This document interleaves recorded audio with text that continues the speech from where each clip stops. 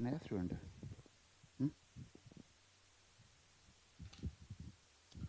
सो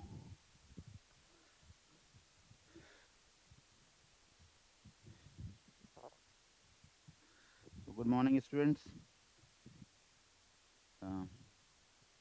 जैसा कि आपको पता है कि हम लोग पढ़ रहे हैं इंडियन ज्योग्राफी, और इंडियन ज्योग्राफी में हम अभी जो पढ़ रहे हैं वो क्या है? वो है आपका ड्रेनेज सिस्टम। क्या है? ड्रेनेज सिस्टम के बारे में पढ़ रहे हैं इंडियन ज्योग्राफी में।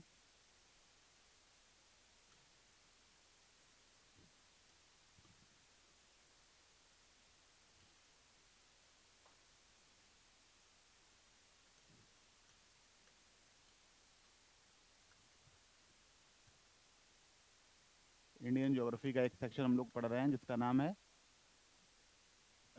है ड्रेनेज सिस्टम।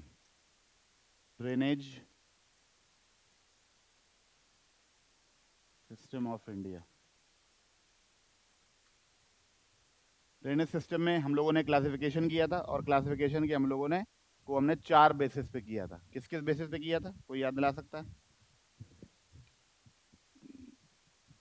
ड्रेनेज सिस्टम को हम लोगों ने किस आधार पर विभाजित किया था? 4 प्रमुख आधार थे इसके विभाजन के। There are 4 important parameters on which the drainage system of India has been divided. Now what are these divisions, you can say? ये क्या डिवीजन थे जिनके आधार पर ये किया गया है? जल्दी से बताएं।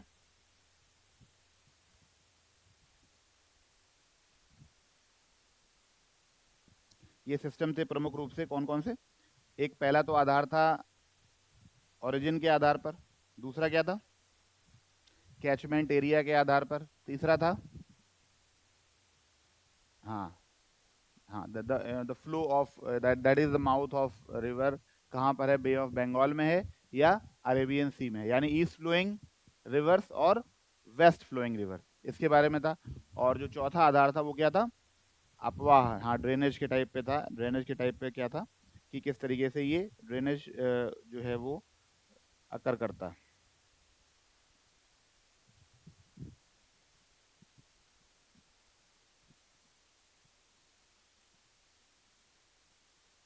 तो हम लोग आज जो इम्पोर्टेंट जो चीज़ें पढ़ने जा रहे हैं वो क्या है? वो है आपका on the basis of drainage की बात करेंगे हम लोग। और पहले कल हम लोगों ने जो आधार पढ़ा था इम्पोर्टेंट, वो क्या था? इंडियन ड्रेनेज सिस्टम था, जिसमें हम लोगों ने मोड ऑफ ओरिजिन के बेसिस पे बात करी थी। ठीक है, मोड ऑफ ओरिजिन के बेसिस पर 2 तरह की इंडियन रिवर्स बताई थी। मोड ऑफ ओरिजिन हम लोग डिस्कस कर रहे थे, यानी उद्गम के प्रकार के आधार पर मोड ऑफ ओरिजिन के बेसिस पे हम लोग बात कर रहे थे कि उद्गम के आधार पर, यानी नदी का उद्गम किस क्षेत्र से है, उद्गम के आधार पर।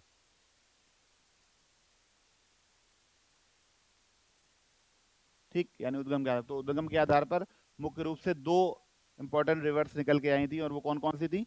एक थी आपकी हिमालयी नदियां, जिनका उद्गम या जिनका स्रोत क्या है? जिनका स्रोत हिमालय है, या जिनका स्रोत जो है वो क्या है? वो हिमालयन माउंटेन्स हैं, जो कहीं पर भी हो सकता है हिमालय में। एक तो वो उद्गम स्रोत थे, और दूसरे उद्गम स्रोत क्या थे? वो थे प्रायद्वीपीय। तो उद्गम जो हमने हिमालयन रिवर के बारे में बताया था आपको कि एक तो यंगर होती हैं, that means the flow of water, the speed of water, है ना, द यू कैन से the amount of water is larger in this type of river that originates from Himalaya. Himalaya से निकलने वाली नदी में जो होती हैं उनमें पानी का वेग तेज होता है, प्रवाह तेज होता है, तीव्र होता है, और अमाउंट ऑफ वाटर यानी क्वांटिटी ऑफ वाटर भी कंपैरेटिवली क्या है? ज़्यादा होती है। और स्टीप ढाल है, यानी ढाल भी तीव्र होता है, ये भी ध्यान रखना है आपको। और सबसे इंपॉर्टेंट बात ये कि these rivers are perennial rivers, that means they are filled with water, they have water throughout the year, यानी वर्ष भर इनमें जल जो है वो प्रवाहित होता है। क्लियर है बात? ठीक है, तो ये हिमालयी रिवर की खासियत थी। जबकि पेनिनसुलर रिवर के बारे में अगर बात कर रहे थे तो उनकी खासियत क्या थी? पेनिनसुलर रिवर की खासियत ये थी कि इनमें जो है ये कंपैरेटिवली क्या है? ओल्डर है। कंपैरेटिवली क्या है? ओल्डर है, यानी ये जो है एक तरीके से वृद्ध अवस्था में। वृद्ध अवस्था का मतलब क्या होता है? वृद्ध अवस्था का मतलब ये, क्योंकि पठारों में ढाल जो है काफी मंद हो जाता है, बहुत ऊंची पर्वत श्रृंखलाएं भी नहीं है, जो हैं भी वेस्टर्न घाट्स या ईस्टर्न घाट्स की, वो वो इतनी ज़्यादा हाइट की नहीं है कि उनमें बहुत तेज प्रवाह और बहुत तेज वेग जो है वो नदी का बना रहे। तो एक तो ये बात हो गई। दूसरी बात क्या है कि they are non perennial in nature, that means ये क्या है, गैर बारहमासी, यानी इनमें वर्ष भर जल प्रवाहित नहीं होता है बिकॉज ऑफ वेरियस फैक्टर्स। इनमें जल तो होता है लेकिन जल ऐसा, कुछ नदियां तो ऐसी हैं जिनमें जल सूखने के कगार पे पहुंच जाता है, नियरली उनका फ्लो जो है वो टूट जाता है, अलग अलग स्थानों पर फ्लो मेंटेन रहता है। हाँ, बरसात के दिनों में जरूर, रेनी सीजन में जरूर इनमें पर्याप्त मात्रा में पानी दिखाई देता है या बहता है, प्रवाहित होता है, but other than rainy season sometimes in scorching summer they just got scorched. इसका मतलब ये है कि वो लगभग सूख जैसी जाती हैं। ठीक है, तो ये गैर बारहमासी नदियां हैं। अब इनका हम लोग एक कंपैरेटिव, इनकी एक स्टडी करेंगे। ठीक है, और हम लोगों ने एग्जाम्पल के साथ भी पढ़ा था, जैसे हमने कहा था जो हिमालयन रिवर है उनका उनका एग्जाम्पल्स में क्या क्या आ रही थी, इंडस रिवर आ रही थी, सिंधु नदी आ रही थी, गंगा नदी आ रही थी, ठीक है ना, और कौन सी आ रही थी, और आ रही थी एक ब्रह्मपुत्र नदी, क्योंकि इन तीनों ही नदियों का उद्गम स्रोत जो है वो क्या है, क्या है, हिमालय पर्वत है, हिमालयी श्रृंखला है जो अलग अलग स्थानों पर इसका उद्गम है। तो और जो प्रायद्वीपीय नदियां हम लोगों ने पढ़ी थी, कृष्णा, कावेरी, गोदावरी, ताप्ती, माही, साबरमती, ये सारी रिवर्स जो हैं ये पेनिनसुलर रिवर्स है। एक कंपैरेटिव स्टडी इनकी करेंगे और इस पर क्वेश्चन भी आता है, बहुत इंपॉर्टेंट पॉइंट है ये, लिखिए।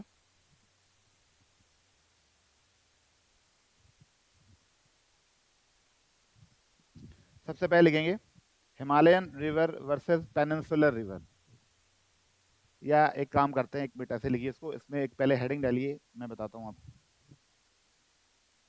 एक एक करके नदियों के बारे में पढ़ेंगे।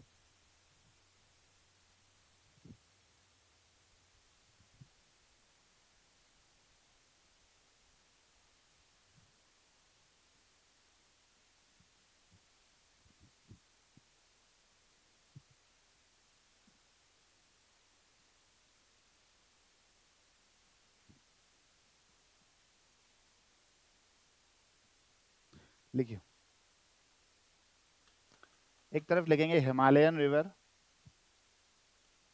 हिमालयी नदियां, और दूसरी तरफ लिखेंगे पेनिनसुलर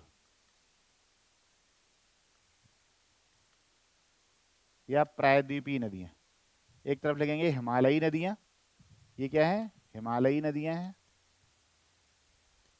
और एक तरफ लिखेंगे पेनिनसुलर, दैट इज प्रायद्वीपीय। एक अलग पेज पे लिख लो इसको।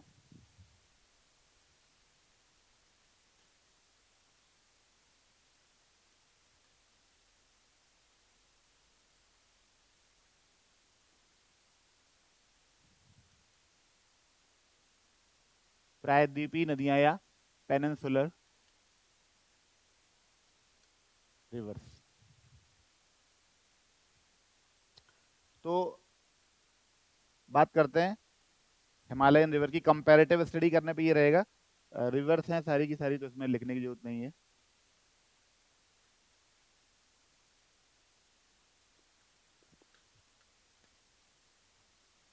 ठीक, रिवर्स हैं तो देखिए,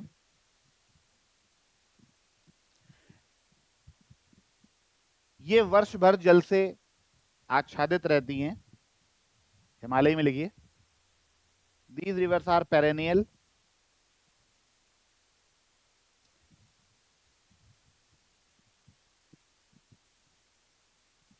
ये नदियां वर्ष भर जल से आच्छादित रहती हैं तथा इनका स्रोत हिमालयी ग्लेशियर्स हैं, तथा इनका स्रोत हिमालयी ग्लेशियर हैं। पेरेनियल है एंड सोर्सेज हिमालयन ग्लेशियर्स।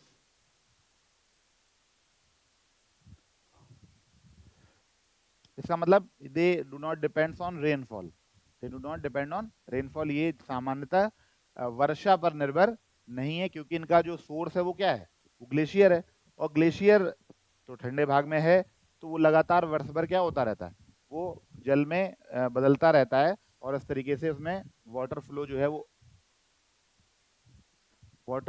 वो क्या मेंटेन बना रहता है। दूसरा इधर पेनिनसुला में लिखिए,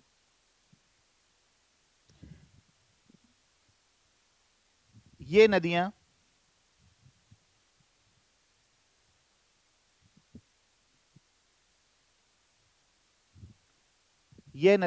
मौसमी हैं,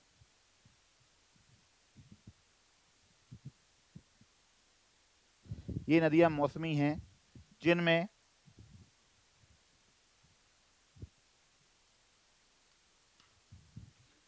ग्रीष्म ऋतु में these rivers are seasonal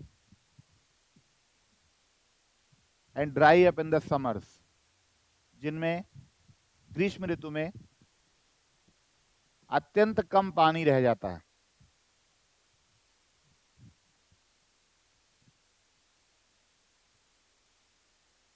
इनका स्रोत, इसी में लिखेंगे, इनका स्रोत प्रायद्वीपीय पठार तथा छोटी पहाड़ियां हैं। They originates in peninsular plateau and small hills। ये हो गया आपके इसके आधार पर।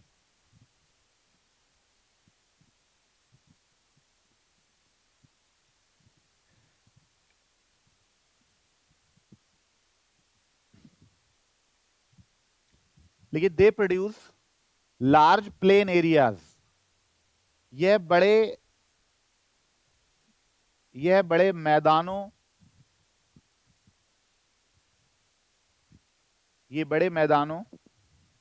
की उत्पत्ति का कारण है।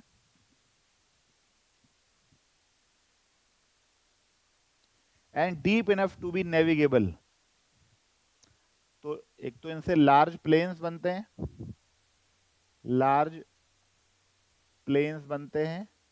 और deep enough to be navigable. That means, तो लार्ज प्लेन बनते हैं, बड़े समतल मैदान बनते हैं इनसे, उनका कारण है ये, और नौवहन के योग्य हैं। यानी इनमें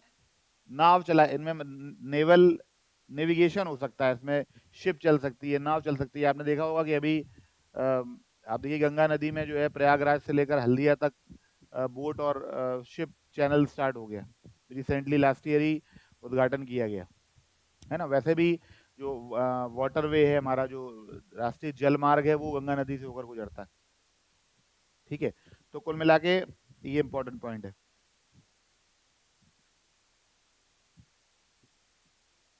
पेनिनसुलर में लिखेंगे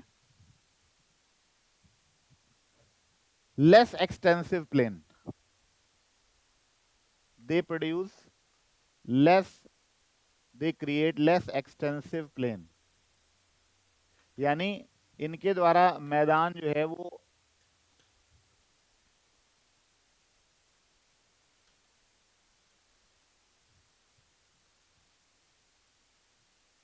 इनके द्वारा निर्मित मैदान जो है वो कंपैरेटिवली क्या होता है, छोटा होता है।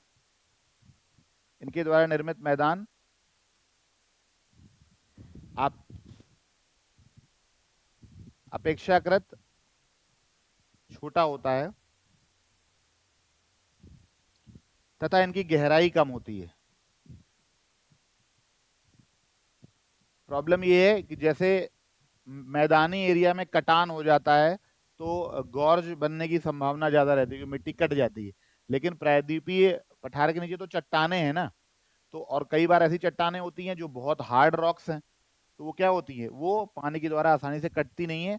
इसलिए इस क्षेत्र की जो नदियां हैं वो क्या है, कंपैरेटिवली क्या है, कम गहरी होती हैं। कैसी होती हैं, कम गहरी होती हैं।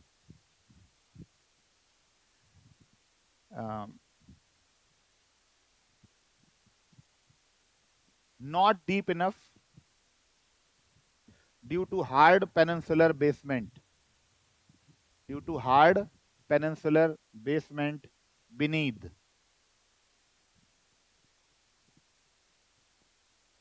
Next, they have great potential of hydroelectricity। Great potential of hydro electricity. कोई बता सकता है क्यों?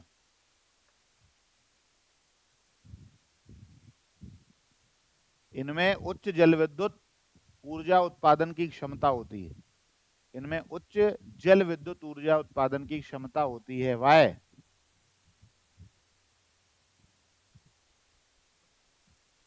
पेरेनियल है, ठीक है। और वेरी गुड। आप लोग को बात नहीं समझ में आ रही है? हाइड्रो इलेक्ट्रिसिटी का स्रोत अच्छा क्यों है? क्यों है? आप तो इलेक्ट्रिसिटी एनर्जी पढ़ चुके हैं ना जनरल साइंस में, तो क्यों स्रोत अच्छा है? कुछ दिमाग तो दौड़ाइए। अरे, अगर पानी ऊंचाई से नीचे आएगा तो ज्यादा ज्यादा ज्यादा जल विद्युत ऊर्जा उत्पन्न करने की पॉसिबिलिटी नहीं है क्या? जल विद्युत में क्या होता था, पानी ऊपर से नीचे आता है ना, ऊपर से टरबाइन के पंखों पे गिराया जाता है ना, जैसे टरबाइन मूव करती है और इलेक्ट्रिसिटी बनती है, उससे जनरेटर चलता है, उससे बिजली बनती है। तो जितना ज्यादा ऊंचाई से कोई नदी आएगी, हिली एरिया से नदी आएगी, तो पानी ऊपर से गिरेगा। यानी बांध बनाकर हम उसको पानी को रोक कर जब गिराएंगे तो पानी में वेग ज्यादा होगा कि नहीं होगा? क्योंकि एक खड़ी ढाल से पानी आ रहा है, अपेक्षाकृत अधिक ढाल से पानी आ रहा है, तो इसके कारण उसके जल विद्युत इसके कारण उसमें ज्यादा वेग, ज्यादा उसका प्रवाह होगा, जिसकी वजह से वो टरबाइन को ज्यादा तेजी से घुमा सकता है। ज्यादा तेजी से घुमाएगा तो ज्यादा हाइड्रो इलेक्ट्रिसिटी बनेगी। कॉमन सेंस वाली बात है या नहीं है? तो यानी ज्यादा ऊंचाई से गिरने का मतलब है, क्योंकि ये पहाड़ इनका स्रोत जो है वो, इनका जो उद्गम है, जो ओरिजिन है, वो माउंटेनियस है। तो जब माउंटेन से पानी नीचे आएगा, जब बांध बना लेंगे, डैम बनाएंगे और पानी ऊपर से नीचे गिराएंगे, तो जाहिर सी बात है वो ज्यादा वेग से नीचे की ओर आएगा, ग्रेटर वेलोसिटी के साथ नीचे आएगा, and it will cause more, you can से मोर movement in the turbine, and it causes more current electricity producing. बात समझ में आ रही? That is why the potential of Himalayan river of producing hydroelectricity is far greater than peninsular river। अब जहां पर मंद ढाल है, वेग कम है, वहां पर हाइड्रोइलेक्ट्रिसिटी कैसे बनेगी? ऑल्दो दक्षिण भारत में बहुत सारे जलप्रपात हैं, सारे ऊंचे जलप्रपात दक्षिण भारत में ही हैं, लेकिन फिर भी नदियों में पानी नहीं है, तो जलप्रपात अगर एक धार में गिर रहा है तो उससे क्या ही फर्क पड़ता है? जलप्रपात है, वाटरफॉल है, ऊंचाई पर है, लेकिन उसमें जब अमाउंट ऑफ वाटर ज्यादा नहीं है तो वो देखने, सुनने, कहने के लिए, फोटो खींचने के लिए अच्छा है कि हाँ ये ऊंचा जलप्रपात है, लेकिन उसका हाइड्रो इलेक्ट्रिक पोटेंशियल क्या रह गया? बहुत कम हो गया। लेकिन दे आर हिमालयन में लिखिए, they are great source of hydro electricity falling from great height. हाँ, हिंदी में बोला मैंने। इन नदियों में उच्च जल विद्युत उत्पन्न करने की क्षमता है। आपकी साथी ने बगल में लिख लिया, देखिए। उन ये क्या है, मतलब इनकी जो जल विद्युत उत्पन्न करने वाली क्षमता है वो क्या है? अपेक्षाकृत ज्यादा है, क्योंकि ये अधिक ऊंचाई से गिरती हैं। पेनिनसुला में लिखिए,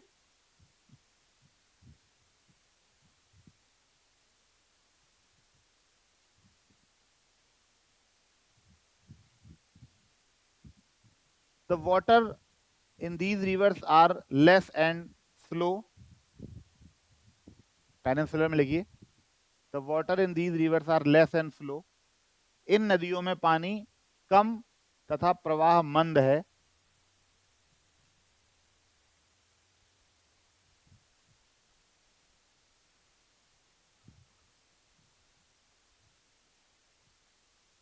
तथा प्रवाह मंद है,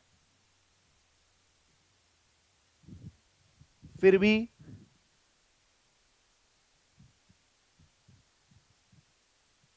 भी इनकी जल विद्युत उत्पादन क्षमता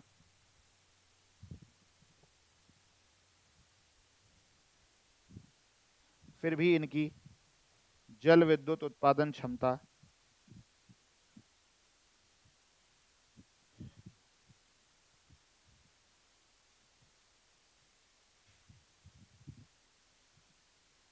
फिर भी इनकी जल उत्पादन क्षमता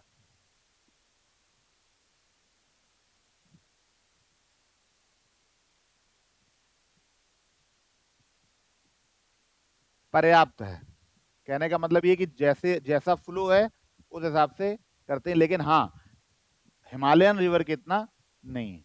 ठीक है, अब है क्योंकि जब वहां पर कोई और सोर्स ही नहीं है तो फिर जाहिर सी बात है कि उसको मैनेज किया जाएगा, बांध बनाया जाएगा, चाहे वो महानदी हो, चाहे वो कृष्णा हो, चाहे वो कावेरी हो, चाहे गोदावरी हो, लेकिन फिर भी जो है कंपैरेटिवली कम है।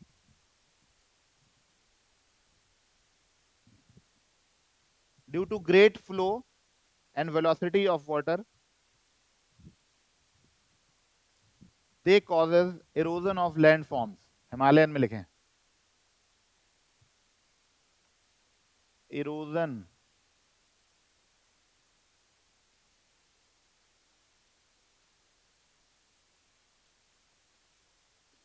erosion of landforms due to great flow and velocity। देखिए उच्च वेग तथा उच्च प्रवाह के कारण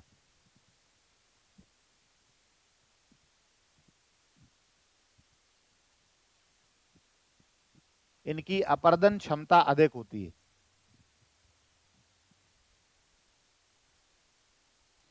इसमें लिखिए पेनिनसुलर में they do not have high erosion activity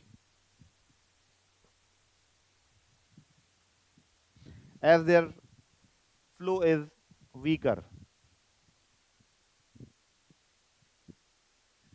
इनकी अपर्दन क्षमता अपेक्षाकृत कम होती है। पेनिनसुलर में लिखेंगे प्रायद्वीपीय में इनकी अपर्दन क्षमता अपेक्षाकृत कम होती है। पहले तो आपने इधर लिखा कि अपर्दन क्षमता ज्यादा होती है इनकी, इनको लिखेंगे कि their erosion they do not have high erosion activity due to less flow of water and weaker flow of water, you can say। Himalayan rivers have या are longer and deeper। Himalayan rivers are longer and deeper। हिमालयी नदियां लंबी तथा गहरी होती हैं।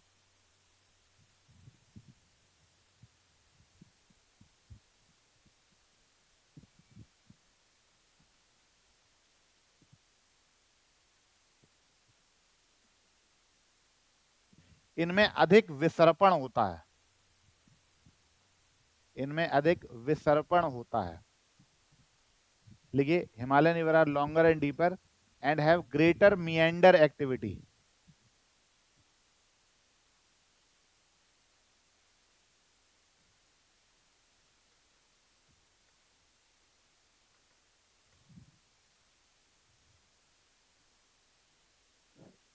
Longer हैं, deeper हैं, और एक और फिनोमिनन है दैट इज मिएंडरिंग।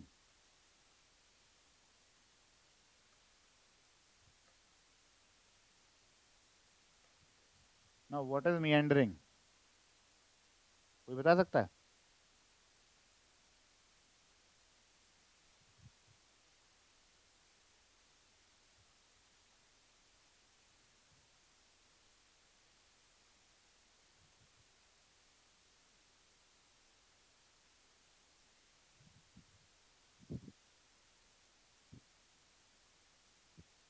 और इनका कोर्स जो होता है ज्यादातर स्ट्रेट कोर्स।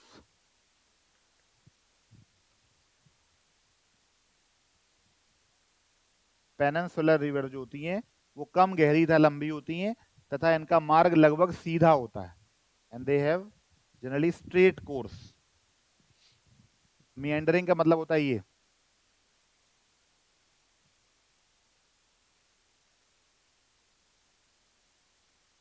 बात समझ रहे हैं? विसर्पण यानी जब नदी ऐसे ऐसे बहती है, ये वाला फिनोमेनन देखा है नदी में, तो जो ये जो तरीका होता है दिस इज कॉल्ड मिएंडरिंग। ये नदी का इस तरीके से बहना। और आपने अपने आपने घर गांव के आसपास ही कोई नदी हो तो आपने उसको ऐसा करते हुए देखा होगा, क्योंकि आप मैदान में रहते हैं। कहाँ रहते हैं? उत्तर के मैदान में हम लोग रहते हैं, तो मैदानी नदियाँ जो हैं वो जिनके सोर्सेस क्या हैं, हिमालयन सोर्सेज हैं। तो जाहिर सी बात है कि उनमें लगभग वर्ष भर पानी भी रहता है। और अगर किसी बड़ी नदी की बात करें, गंगा यमुना, या इधर आप चले जाइए पूर्वांचल में तो बात करें घाघरा, कोसी, गंडक, इनकी बातें करें अगर ईस्टर्न साइड में, तो आप देखिए कि इनमें मियांडरिंग होती है। अगर इनका आप ऊपर से चित्र लें या आप एटलस देखें तो आप देखिएगा एटलस में आपको मियांडरिंग करती हुई दिखेंगी, है ना। और आप इसको आजकल तो बहुत अच्छा अवेलेबल है, आप गूगल मैप से देख सकते हैं। गूगल मैप से आप देखिए नदी ऐसे ऐसे होती हुई जाएगी, खासकर नॉर्दर्न इंडिया की। तो कुल मिलाकर बात ये है कि ये मेंडरिंग करती हैं और ये मेंडरिंग नहीं करती। दे form big deltas, Himalayan river में लिखिए, दे फॉर्म। हाँ, क्या प्रॉब्लम है बताएं, मुझे बताओ क्या है, क्या समस्या। कोई अगर पढ़ाई से रिलेटेड समस्या है तो मुझसे पूछिए, और नहीं तो बाकी लोगों को पढ़ने दीजिए। They form big deltas such as Ganga Brahmaputra delta, they form big delta such as Ganga Brahmaputra delta. अब काफी दिनों बाद आए, कहीं गए, बाहर गए थे क्या? शुरुआत में आते थे ना आप, फिर क्या हुआ? मैं जो पूछ रहा हूँ वो बताइए, मैंने पूछा क्या है? मैं पूछ रहा हूँ कि आप शुरू में आते थे, अभी काफी दिन से नहीं आ रहे हैं, क्या कारण है? अच्छा, मतलब तबीयत नहीं सही थी। तबीयत सही कर लीजिए अब, नहीं तो कोर्स छूट जाएगा। हैं? काम क्या डाउन हो गया था? अच्छा, डेंगू टाइप। तो डेंगू कंफर्म हो गया था क्या? चलिए, कोई बात नहीं, सीजन भी ऐसा है, बच के रहिए, है ना। और ये काम पूरा कर लीजिए, काफी काम आपका जो छूट गया है इसको। They form big deltas such as Ganga Brahmaputra, ये बड़े डेल्टाओं का निर्माण, बड़े डेल्टाई क्षेत्रों का निर्माण करते हैं, जैसे गंगा ब्रह्मपुत्र का डेल्टा। अब गंगा ब्रह्मपुत्र का डेल्टा दुनिया के सबसे बड़े डेल्टा में से एक है, भारत भारत नहीं, इंडिया की बात नहीं हो रही है, नॉट इवन इंडिया, वर्ल्ड के लार्जेस्ट डेल्टाज में से एक है गंगा ब्रह्मपुत्र का डेल्टा। पूरा का पूरा आप ये कह सकते हैं कि बांग्लादेश और पश्चिम बंगाल जो एरिया है वो ब्रह्मपुत्र के डेल्टा में ही बसा हुआ है, डेल्टाई क्षेत्र में ही। ठीक है ना, तो इधर लिखें।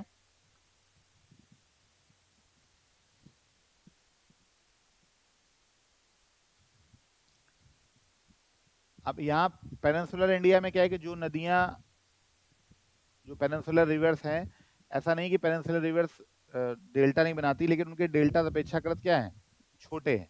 और वो भी जो ईस्ट साइड वाली जो नदियाँ हैं वो डेल्टा बनाती हैं, जो वेस्टर्न साइड गिरती हैं वो डेल्टा नहीं बनाती।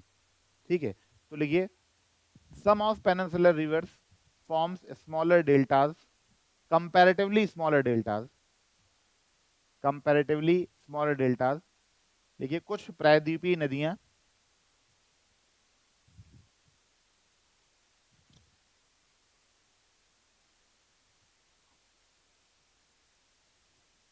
कुछ प्रायद्वीपीय नदियां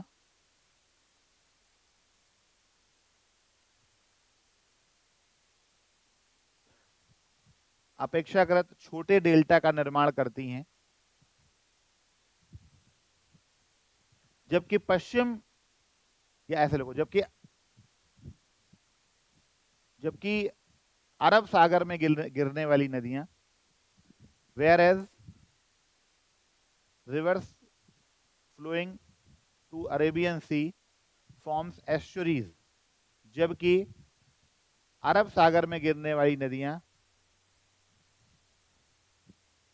एस्चुरी का निर्माण करती हैं।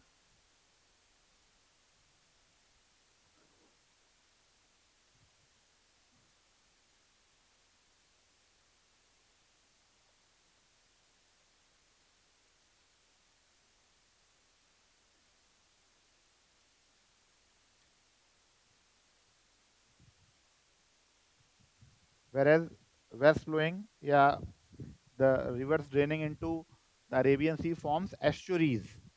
एस्चुरीज को मैंने क्या बताया था हिंदी में, क्या बताया था? ज्वार नदमुख, very good.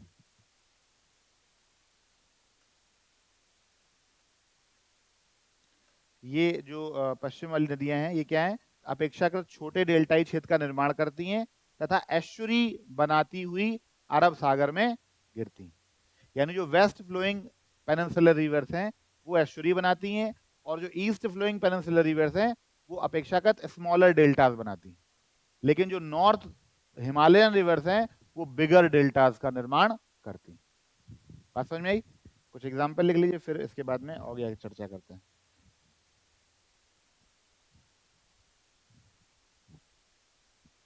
Important Himalayan rivers are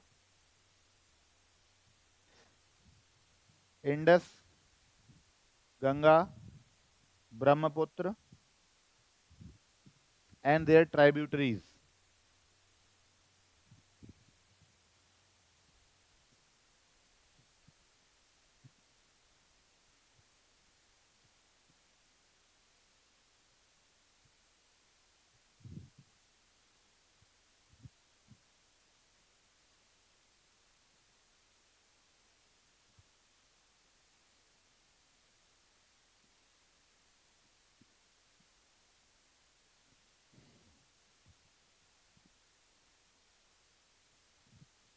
And their tributaries. और इसका एग्जांपल लिखें पेनिनसुलर रिवर्स का, नर्मदा, तापी, नर्मदा, तापी, गोदावरी, कृष्णा, कावेरी एटसेट्रा।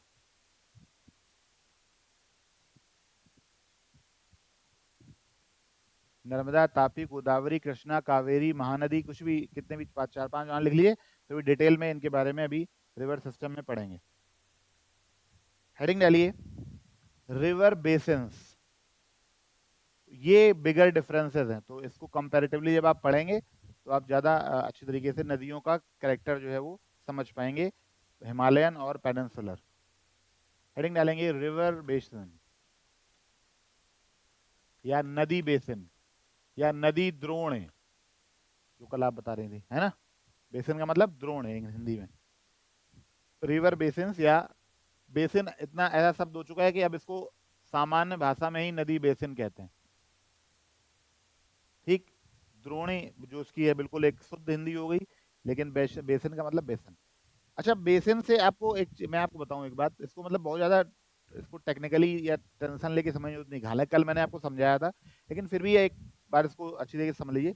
बेसिन का मतलब वो एरिया होता है, जैसे आपने देखा ना कि आपके घरों में वॉश बेसिन होता है, वॉश बेसिन होता है, बड़ा भी हो सकता है, छोटा भी हो सकता है कि नहीं?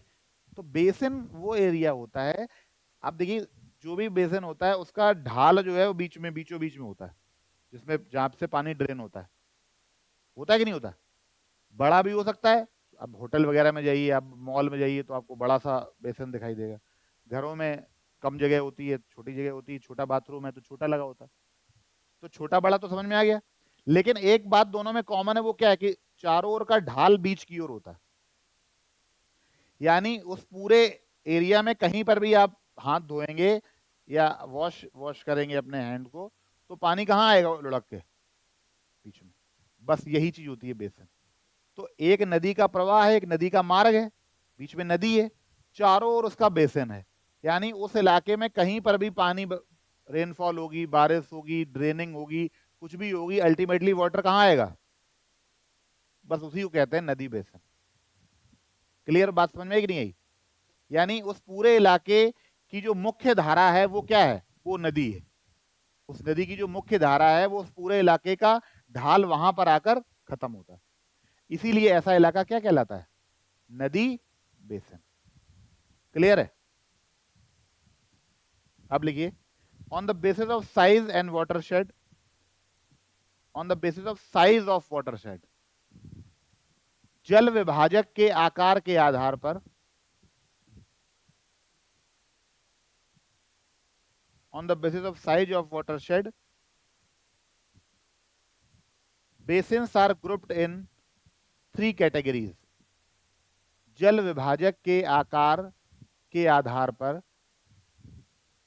नदी बेसिन को तीन मुख्य भागों में बांटा जा सकता है, या नदी बेसिन तीन वर्गों में विभाजित किया जा सकता है, ऐसे लिख लो। तो पहला है major river basin,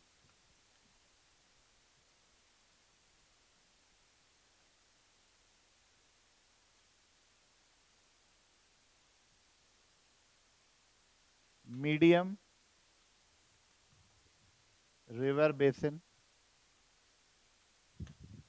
and minor river basin.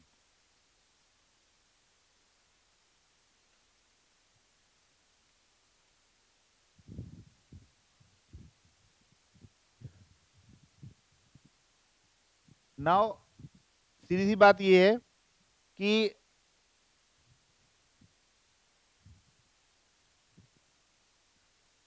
Basin का एक और मतलब क्या हो गया जो हम लोग पढ़ चुके हैं, दैट इज कैचमेंट एरिया।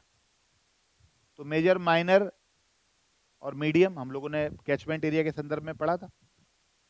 तो ऐसी नदियां जिनका जो कैचमेंट एरिया है वो क्या है, कैचमेंट एरिया लेस देन कितना है, 2000। पहले मेजर है ना, तो greater than 20,000 square kilometre catchment area. जल ग्रहण क्षेत्र अगर 20,000 किलोमीटर से ज्यादा है, 20,000 वर्ग किलोमीटर ज्यादा है, तो वो कहलाएगा आपका मेजर। अब यहां पे एग्जाम्पल लिखिए, यानी बड़े नदी बेसिन भारत में कौन कौन से हैं, लिखें। For example Ganga, Ganga basin, Brahmaputra basin, Krishna basin. अब यहाँ पे हिमालयन और पेनिनसुलर नहीं करेंगे, यहाँ पे क्या करेंगे, कैचमेंट एरिया के बेसिस पे, है ना। तो Ganga basin, Brahmaputra basin, Krishna basin, Godavari basin, Tapi basin,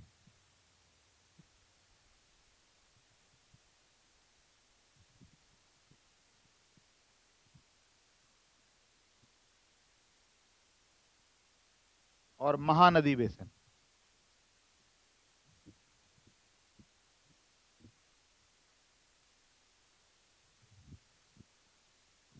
बात करें मीडियम बेसिन की,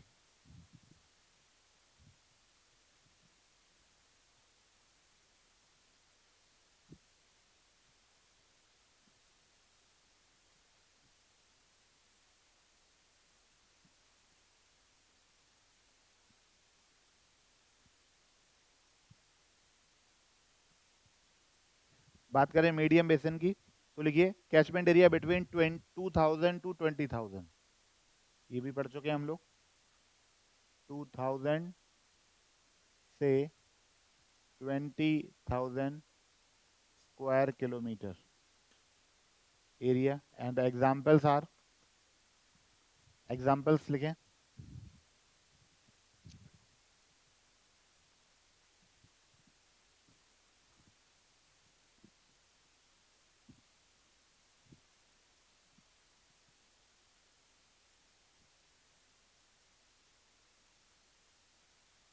एग्जाम्पल लिखें, पेरियार बेसिन,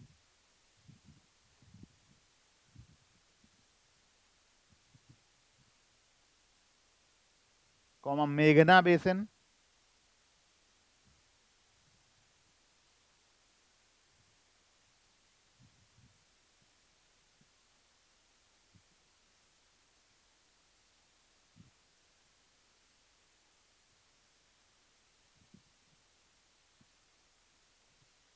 पेन्नार बेसिन, पेन्नार,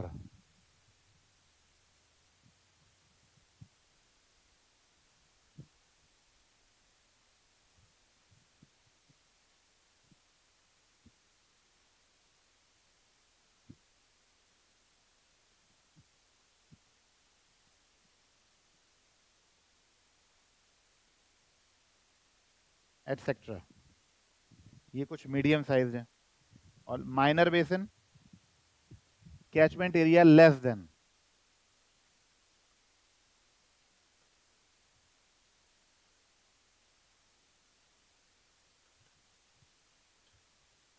इसमें लिखो।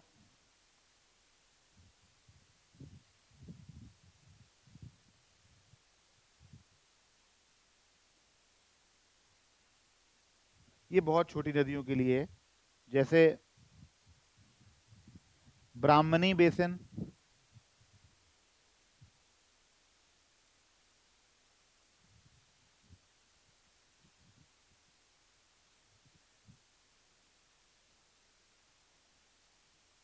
सुवर्ण रेखा basin,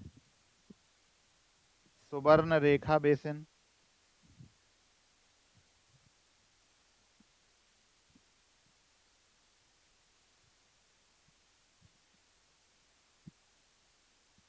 Bhima basin,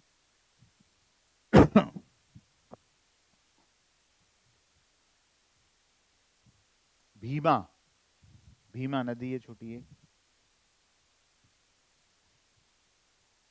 etcetera.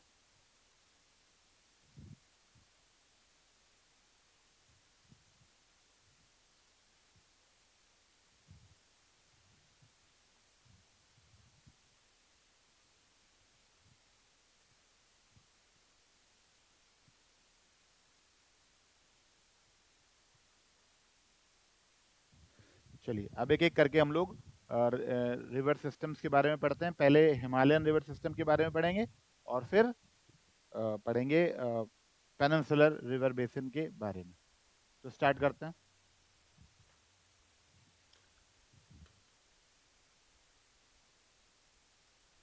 Himalayan reverse, हिमालयी नदियां। हिमालयी नदियों में हम लोगों ने 3 तंत्र पढ़े थे मुख्य रूप से। कौन कौन से? सिंधु नदी तंत्र, गंगा नदी तंत्र और ब्रह्मपुत्र नदी तंत्र। ठीक है, तो सबसे पहले इंडस रिवर सिस्टम।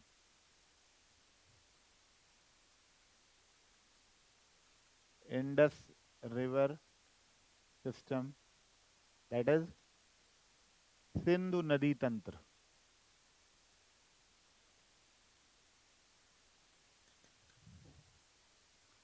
सिंधु नदी तंत्र या सिंधु नदी प्रणाली भी कह सकते हैं। सिंधु नदी प्रणाली भी कह सकते हैं और तंत्र भी कह सकते हैं। लिखिए,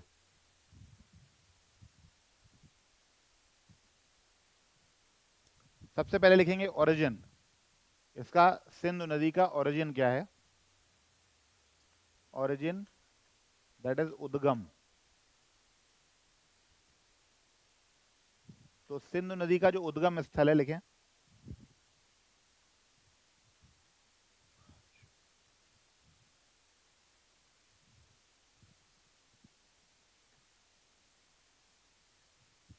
देखिए, सिंधु नदी का उद्गम स्थल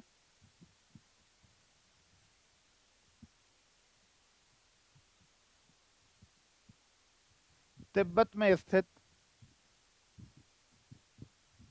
कैलाश माउंटेन या कैलाश पर्वत श्रृंखला,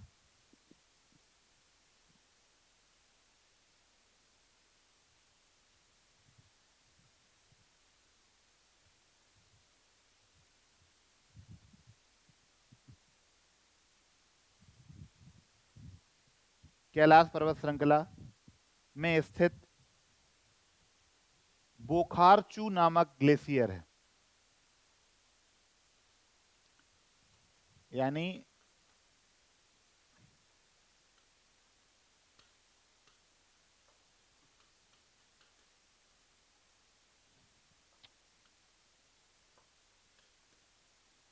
तिब्बतन रीजन है,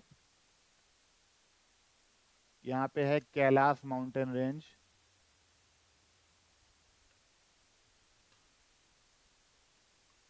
और इसमें है glacier, that is बोखारचू।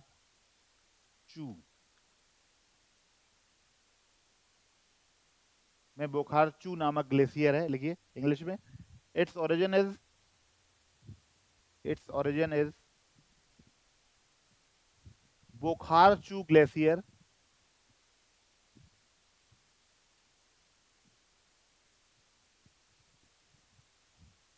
located in Kailash mountain range in Tibetan region. In Tibetan region. लिखिए, in Tibetan language it's called सिंघी कंबन, यानी तिब्बतन भाषा में इसे कहते हैं सिंघी खम्बन। सिंघी खम्बन, तिब्बती भाषा में इसे सिंघी खम्बन नाम से जाना जाता है, जिसका अर्थ होता है लॉयंस माउथ, शेर का मुख।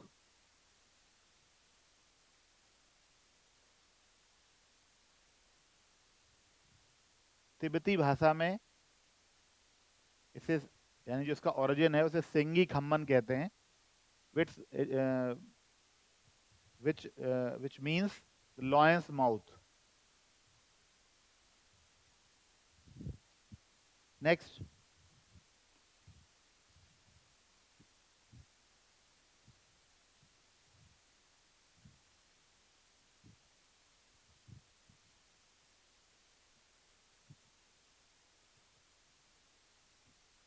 it flows west and northwestwards. It flows west and northwestward. यह पश्चिम तथा उत्तर पश्चिम दिशा में प्रवाहित होती है।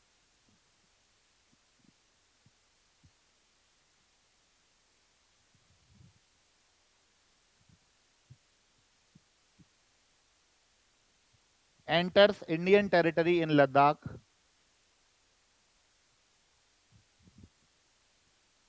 Enters in Indian territory of Ladakh.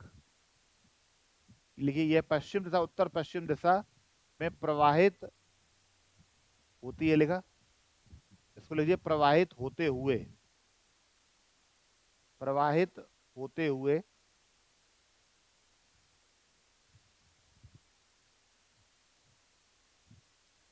Ladakh में प्रवेश करती है। लद्दाख में प्रवेश करती है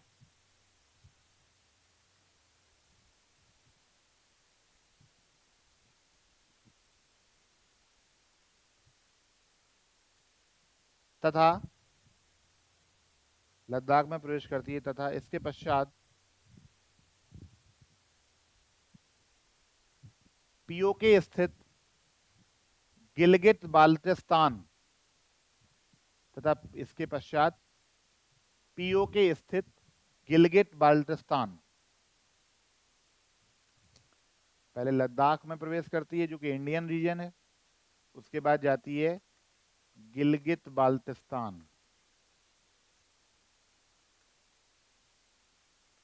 of POK and then enters into Pakistan.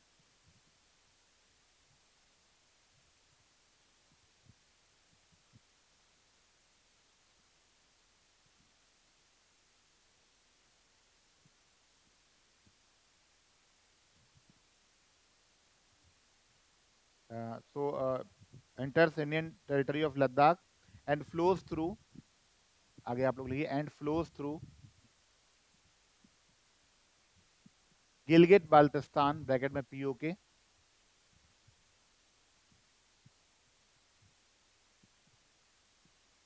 and then enters into Pakistan.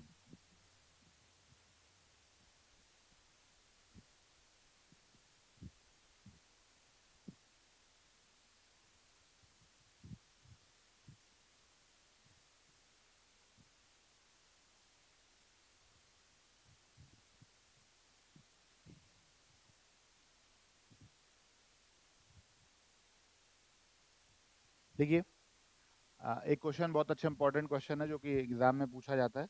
Exam में जो बड़ी नदियां हैं उनकी ट्राइब्यूटरीज के बारे में पूछा जाता है, जो इंपॉर्टेंट ट्राइब्यूटरीज हैं एक तो उनके बारे में पूछा जाता है, और एक बहुत विशेष प्रश्न पूछा जाता है, वो क्या है, वो ये पूछा जाता है कि जो सिंधु नदी है, जो इंडस रिवर है, कोई भी नदी, जैसे बड़ी नदियां हैं, चाहे वो गंगा हो, चाहे ब्रह्मपुत्र हो, चाहे वो इंडस हो, इनकी ट्राइब्यूटरीज के बारे में तो पूछा ही जाता है, जो इंपॉर्टेंट ट्राइब्यूटरी है। साथ में ये भी पूछा जाता है कि ये ट्राइब्यूटरीज लेफ्ट हैंड बैंक पर मिलती हैं या राइट हैंड बैंक पे मिलती हैं।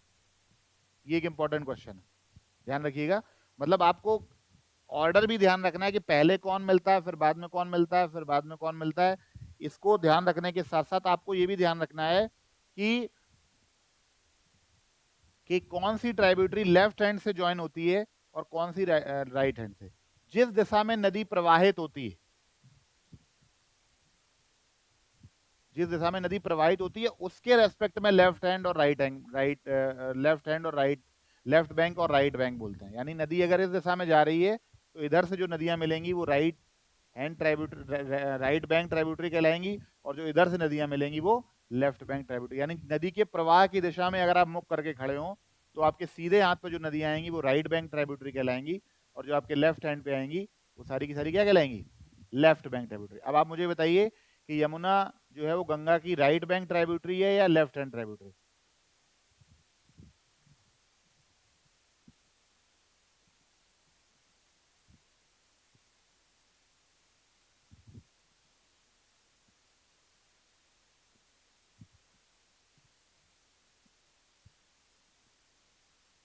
बहुत कठिन प्रश्न पूछा है क्या। गंगा यमुना की कसमें तो बचपन से खा रहे हो कि नहीं खा रहे हो।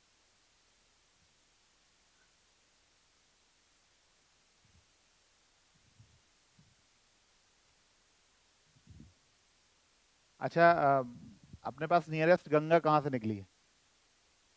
यहाँ जहाँ बैठे हो यहाँ से नियरेस्ट गंगा कहाँ पे है। कानपुर, कानपुर है। तो अब आप मुझे ये बताइए कि यमुना जो है वो लखनऊ के इधर है या उधर है।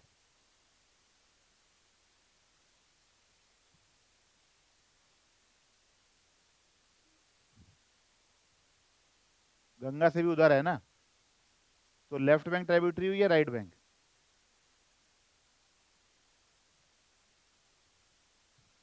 यमुना इधर तो नहीं है ना कहीं, इधर सीतापुर लखीमपुर से होकर तो यमुना प्रवाहित नहीं होती है। बाराबंकी, जौनपुर, बहराइच, गोंडा होते हुए तो यमुना नहीं जाती है ना।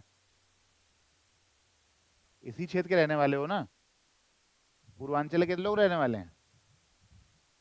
पूर्वांचल में यमुना तो नहीं है ना,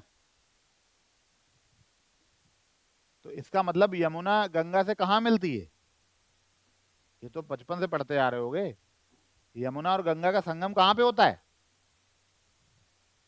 हद हो गई बिल्कुल। अरे ये नहीं पता।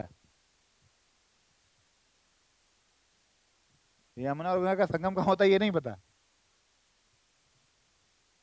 इलाहाबाद का नाम सुना है। प्रयागराज, जहाँ डुबकी लगाने जाते हैं लोग, जन्म जन्म के पाप धुल जाते हैं। कुंभ मेला लगता है।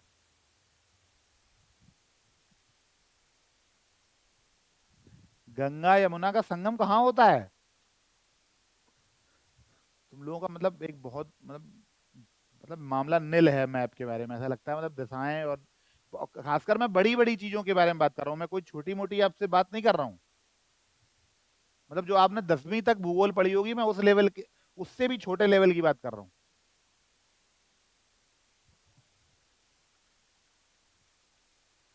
ये तो बिल्कुल जो है, ये भागीरथी, अलकनंदा और ये जो सारी नंदा और सारे जो प्रयाग हैं ये ऊपर वाले, ये सब हरिद्वार से ऊपर है। यहाँ पर ये तब की पॉइंट है, अभी पढ़ेंगे आगे। जब जब यमुना ओरिजिनेट होती है तो ये कुछ छोटी ट्राइब्यूटरीज जो हैं ऊपर मिलती हैं, जिन्हें कर्ण प्रयाग, रुद्र प्रयाग, देव प्रयाग में मिलती हैं। अलकनंदा, भागीरथी और ये सब नाम जो है ये वहां पे हैं।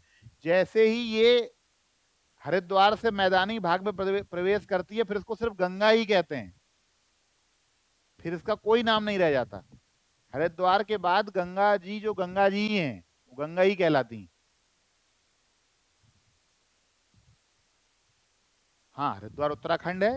उसके बाद वो मैदानी क्षेत्र में, हरिद्वार उत्तराखंड है, वहां से पहाड़ी क्षेत्र समाप्त होता है और मैदानी भाग शुरू होता है। उसके ऊपर उसमें कई सारे छोटी नदियां जो पवित्र गिनती है, जो कि उत्तराखंड में है, वो पवित्र गिनती नदियों में उनका नाम है। वो छोटी-छोटी नदियाँ मिलती हैं आके रुद्रप्रयाग पे, कर्णप्रयाग पे, देवप्रयाग पे।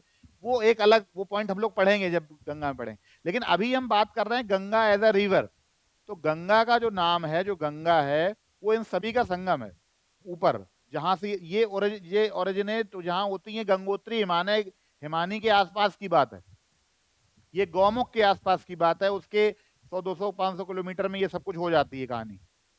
100, 200 किलोमीटर में। अभी हम बात कर रहे हैं मेन कोर्स की। तो मेन कोर्स में गंगा की सबसे बड़ी ट्राइब्यूटरी कौन सी है? यमुना। जैसे गंगा की लंबाई जो है वो 2525 किलोमीटर है, वैसे ही यमुना जो है वो करीब 1200 किलोमीटर पैरेलल प्रवाहित होती हुई प्रयागराज में, इलाहाबाद में संगम का मतलब ही जो कॉन्फ्लुएंस है वो गंगा और यमुना का संगम होता है। संगम नगरी के रूप में प्रसिद्ध है। तो किसका संगम होता है? गंगा और यमुना का। और माइथोलॉजिकली बोलते हैं कि एक अदृश्य नदी है सरस्वती भी वहां पे। वो एक माइथोलॉजिकल बात है, वो कोई प्रैक्टिकल धारा, सरस्वती की कोई फिजिकल धारा नहीं है, लेकिन उसको माना जाता है कि वो अंडरग्राउंड है और ये है वो है, वो एक अलग बात है। लेकिन कुल मिलाकर दो बड़ी नदियों का संगम होता है प्रयागराज में। तो अब आप मुझे बताइए, गंगा तो आपके यहां जहां बैठे वहां से राइट साइड में, तो अगर यमुना लेफ्ट बैंक ट्राइब्यूटरी होती तो फिर यमुना यहां कहीं से निकल रही होती ना, लखनऊ, सीतापुर, लखीमपुर, इधर इलाके से कहीं से होती हुई जा रही होती ना, या उन्नाव। तो यहां तो कहीं यमुना नहीं है ना, और वो मिलती है कहां जाके? प्रयागराज में। इसका मतलब ये नदी की किस साइड से मिल रही है? यानी गंगा में यमुना किस साइड से मिल रही है? राइट साइड से। That is why Yamuna is the biggest right bank tributary of Ganga. अब ये बात मैंने सिर्फ इसलिए पूछी जिससे आपको ये पता लगे। अब मुझे तो लग रहा था कि आपको गंगा यमुना के बारे में पता है, इसलिए मैंने एग्जाम्पल के लिए बोला, लेकिन उसी में इतना समझाना पड़ गया। तो कहने का मतलब ये है, ये समझ जाइए इंपॉर्टेंट पॉइंट, कि जिस तरफ नदी फ्लो हो रही होती है, जो राइट हैंड साइड से जो नदियां आकर मिलती हैं वो राइट बैंक ट्राइब्यूटरी कहलाती हैं, और जो लेफ्ट बैंक से मिलती हैं वो लेफ्ट बैंक ट्राइब्यूटरी कहलाती है। समझ में आई कि नहीं? ये एक इंपॉर्टेंट बात है जिसको आप लोग को ध्यान रखेंगे। चलिए, तो लिखिए मेजर राइट बैंक ट्रिब्यूटरीज किसकी? किसकी? इंडस की। Major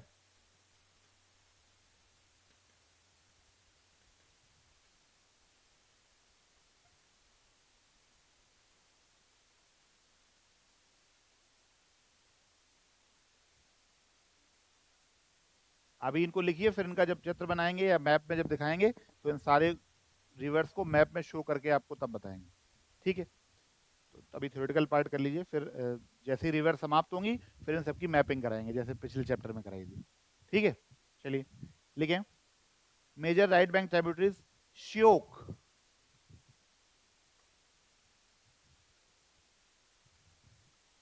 Shyok, Shyok, comma Gilgit, Gilgit,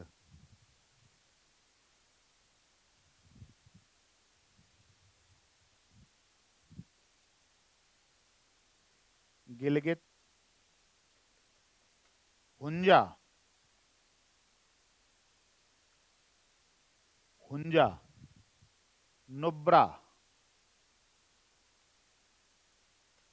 Hunza, Nubra, cigar,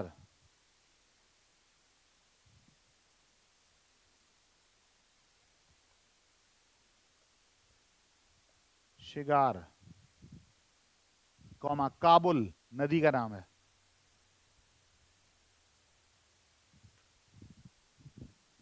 Kabul नदी का नाम है, कुर्रा,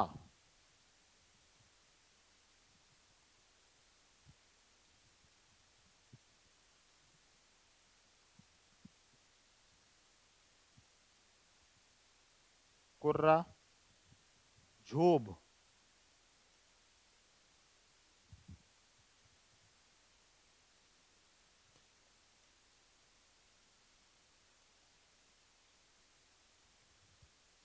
झोब, ZHOB, Zhob, and तोची।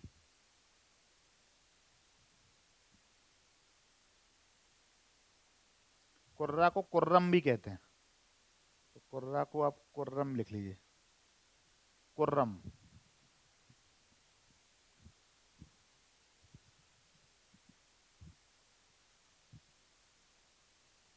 So these are some important right bank tributary of, you can say, Indus River.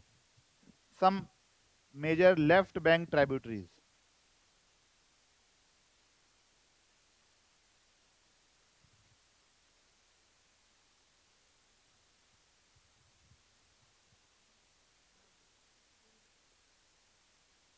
Left bank tributaries. अभी हम लोगों ने राइट बैंक ट्राइब्यूटरीज पढ़ी, अब लेफ्ट बैंक ट्राइब्यूटरी जो लेफ्ट साइड से मिलती हैं। अब लेफ्ट साइड में इंडस नदी है, क्या है? इंडिया। इंडस रिवर की लेफ्ट साइड में क्या है? ज्यादातर पार्ट जो है वो इंडिया का है। तो कौन कौन सी नदियां हो गई इंपॉर्टेंट, लिखिए। Zanskar,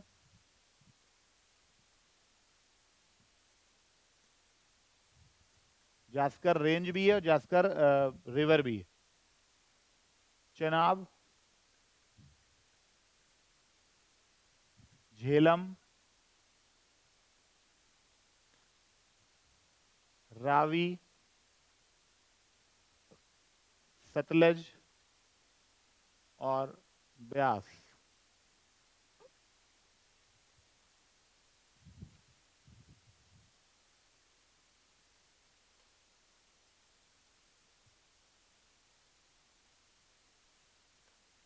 So these are some important left bank tributaries: Zanskar river, Jhelum, Chenab, Ravi, Sutlej, Beas, जो 5 बड़ी नदियां जो भारतीय क्षेत्र से प्रवाहित होती हैं। और लेफ्ट हैंड साइड पे, यानी लेफ्ट बैंक पर इंडस रिवर में आगे जाकर मिल जाती हैं। यानी इन सब बड़ी नदियां जो कि भारतीय क्षेत्र से होकर प्रवाहित होती हैं, उनका जल लेफ्ट बैंक ट्राइब्यूटरी के रूप में आगे जाकर सिंधु नदी पाकिस्तान में मिल जाता है। इनका कॉन्फ्लुएंस पाकिस्तान में होता है।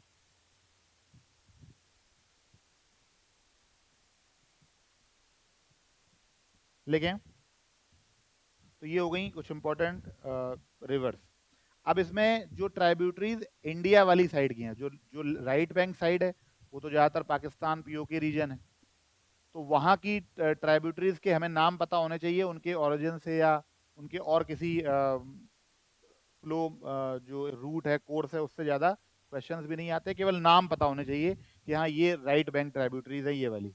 ठीक है ना, ये राइट बैंक ट्राइब्यूटरी के नाम पता होने चाहिए: श्योक, गिलगित, हमजा, नुब्रा, सिगार, काबुल, कुर्रम, झौब और तोची। इनके नाम आपको पता होने चाहिए। ठीक है, लेकिन क्योंकि ये पूरा इलाका जो है पाकिस्तान का है, तो जाहिर सी बात है इनके ओरिजिन कहाँ से निकलती हैं, कहाँ जाती हैं, इसके बारे में बहुत ज़्यादा हम लोग को डिस्कस करनी होती है। हमारे लिए जो इंपॉर्टेंट क्वेश्चन है वो है लेफ्ट बैंक ट्राइब्यूटरी। तो हम लोग लेफ्ट बैंक ट्राइब्यूटरीज के बारे में पढ़ेंगे, जो कि है झेलम, चिनाब, रावी, ब्यास और सतलज, जो 5 नदियां बड़ी हैं जो इंडस की लेफ्ट बैंक ट्राइब्यूटरी। इनके बारे में हम डिटेल में पढ़ेंगे, क्योंकि ये भारतीय क्षेत्र में भी हैं और ये भारतीय क्षेत्र से होते हुए जाकर सिंधु नदी में मिल जाती। तो एक एक करके इनके बारे में पढ़ेंगे।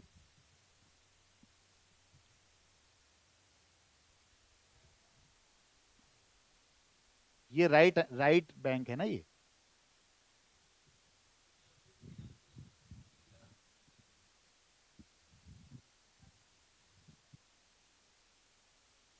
जा किधर रही है इंडस? इंडस बहती हुई किधर जा रही है? हम ये कह रहे हैं, ऊपर नीचे मत देखो, इंडस नदी बह किस तरफ रही है? हिमालय से पाकिस्तान होती हुई अरब सागर। तो जो उस साइड मिलेंगी वो सब राइट बैंक ट्राइब्यूटरी हैं, जो इस साइड मिलेंगी वो लेफ्ट बैंक ट्राइब्यूटरी है। इससे मतलब नहीं है कि ऊपर से मिल रही है कि नीचे से मिल रही है। मतलब इस बात से है कि नदी का प्रवाह, यही मैंने आपको, इसीलिए तो ये गंगा वाला क्वेश्चन पूछा था मैंने। नदी का प्रवाह जिस दिशा में, उधर मुंह करके खड़े हो जाइए। इधर नदी बह रही तो इधर खड़े हो गए ऐसे मुंह करके। जो इधर से मिले वो राइट बैंक ट्राइब्यूटरी, जो इधर से मिले वो लेफ्ट बैंक। तो ये मतलब क्लियर होना चाहिए, इसमें कोई डाउट की बात नहीं। ठीक है ना?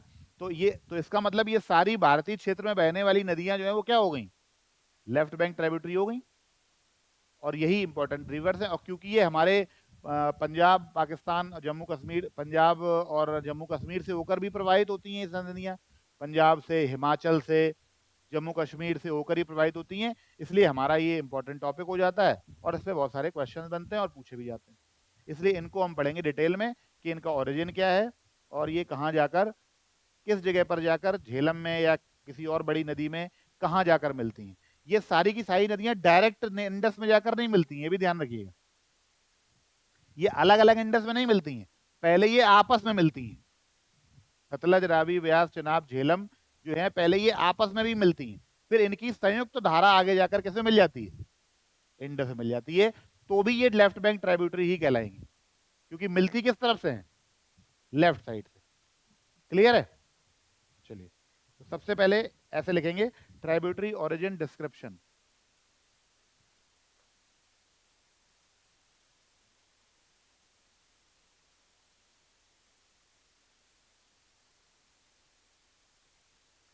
क्यों, वो लिखा था कहाँ गया, लेफ्ट, लेफ्ट बैंक लिखा था। चलिए कोई बात नहीं, एक टेबल बनाइए।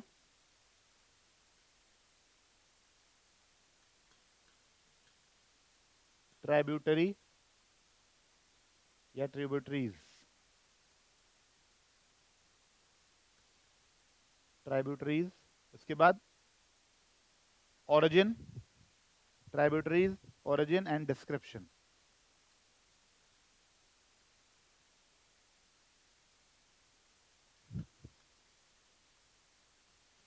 इसका मतलब यहां पे हम लिखेंगे सहायक नदी का नाम, यहां पे लिखेंगे उसका उद्गम और यहां लिखेंगे उसका विवरण। तो लिखें, फर्स्ट ट्राइब्यूटरी है आपकी झेलम। अब झेलम नदी का जो ओरिजिन है, झेलम नदी का जो ओरिजिन है वो है वेरीनाग। वेरीनाग साउथ ईस्ट कश्मीर में स्थित शेषनाग झील का एक हिस्सा है, इसका नाम है वेरीनाग।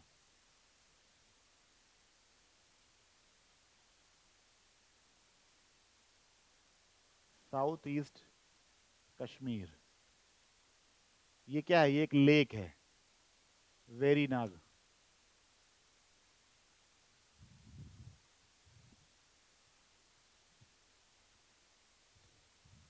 डिस्क्रिप्शन में लिखिए,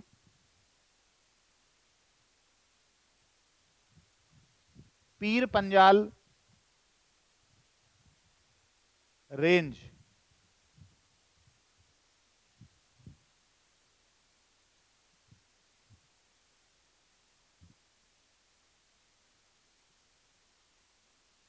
पीर पंजाल रेंज तथा वुलर झील से बहती हुई, flows through Wular lake and Pir Panjal range, flows through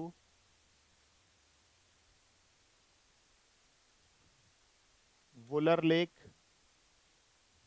Wular lake and Pir Panjal range, flows through Wular Lake and Pir Panjal Range,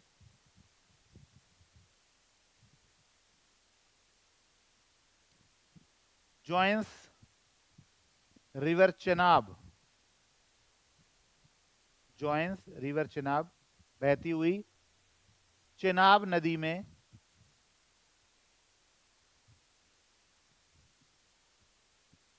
Pakistan में मिल जाती है। यानी पाकिस्तान में जो चेनाब नदी आगे जाकर मिलती है, यानी पाकिस्तान वाले हिस्से में जाकर मिल जाती है। That means joins Chenab river in Pakistan, बहती हुई चेनाब नदी में ब्रैकेट में पाकिस्तान में मिल जाती है।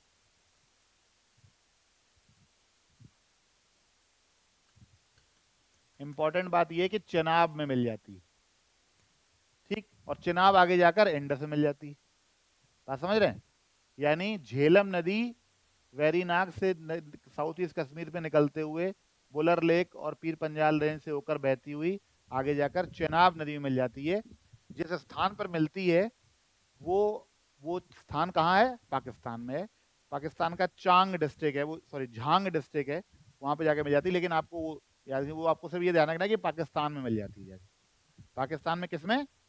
चिनाब नदी में। किस नदी में मिल जाती है? चिनाब नदी में। और वो पॉइंट कहाँ है? वो पाकिस्तान में, पाकिस्तान के झांग प्रांत में। चलिए, चेनाब, दूसरी रिवर है चेनाब। ओरिजिन की बात करें तो इसका जो ओरिजिन है वो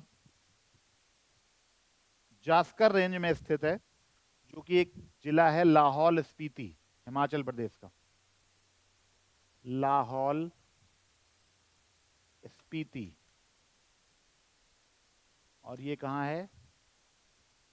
जास्कर रेंज, जास्कर की पहाड़ियों में स्थित लाहौल स्पीति, जो कि हिमाचल प्रदेश का एक जिला है, वहां से ये निकलती है।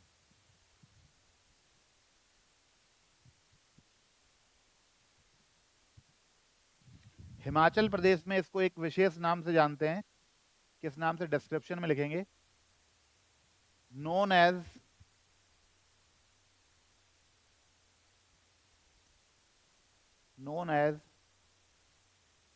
Chandrabhaga.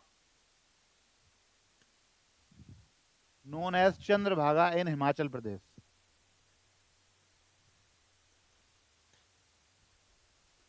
Formed by two tributaries या टू स्ट्रीम्स,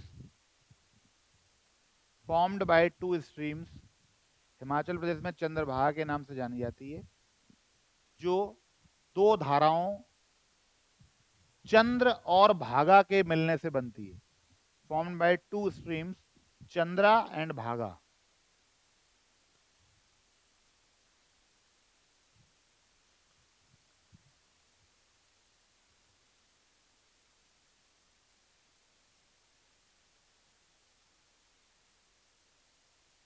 चंद्रा एंड भागा, यानी चंद्र और भागा दो अलग धाराएं हैं, दो अलग नदियां हैं, छोटी नदियां हैं, जो मिलकर बनाती हैं चंद्रभागा। और यही चंद्रभागा क्या है? चेनाब। बात समझ आ रही कि नहीं?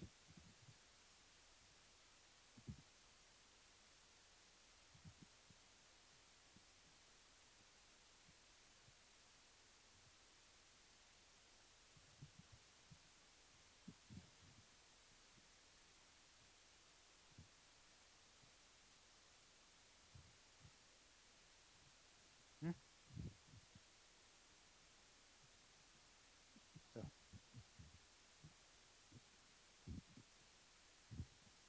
कहाँ पे? सबसे पीछे मतलब सबसे लास्ट नीचे? अरे नहीं, मैं मुझे नहीं। चलिए, क्लास के बाद बात करते हैं, अभी लाइव चल रहा है। ज्वाइंट बाय, लिखे,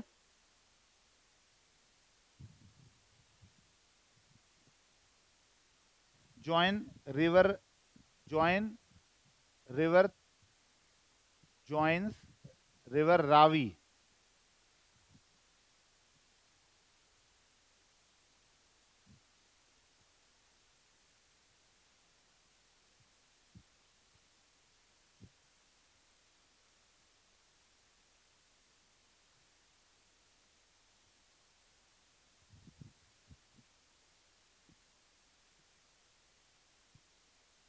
before joining Indus, before joining Indus, यानी सिंधु नदी में मिलने से पहले ये कहाँ मिल जाती है? रावी नदी में। लिखिए, सिंधु नदी में मिलने से पूर्व यह रावी नदी में मिल जाती है।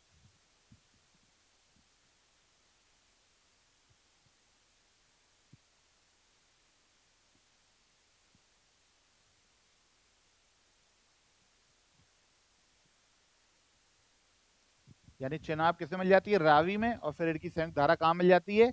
इंडस में। तो ये हो गया इंपॉर्टेंट। यहां पर एक पॉइंट पॉइंट और लिख लो, बहुत इंपॉर्टेंट है। It is the largest tributary of Indus. Chenab जो नदी है वो सबसे लंबी ट्राइब्यूटरी है। Largest, largest tributary of Indus. यानी ये भी एक इंपॉर्टेंट क्वेश्चन है कि सिंधु नदी की सबसे बड़ी सहायक नदी लेफ्ट बैंक ट्राइब्यूटरी कौन है? तो आप कहेंगे चेनाब। Then comes Ravi.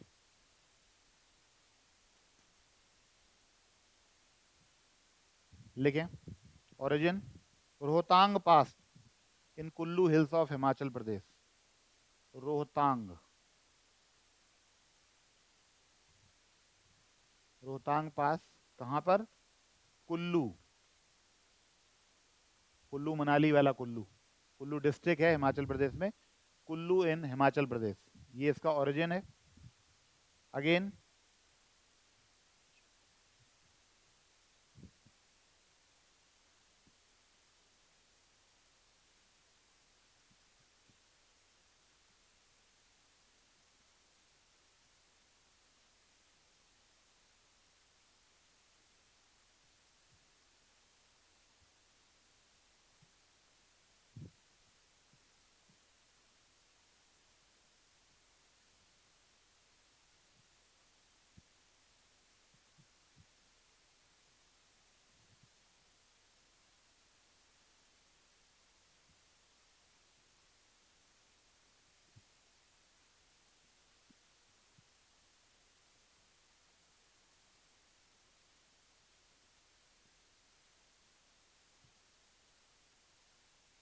जहाँ पे आपने इसका चेनाब का लिखा था कि जॉइन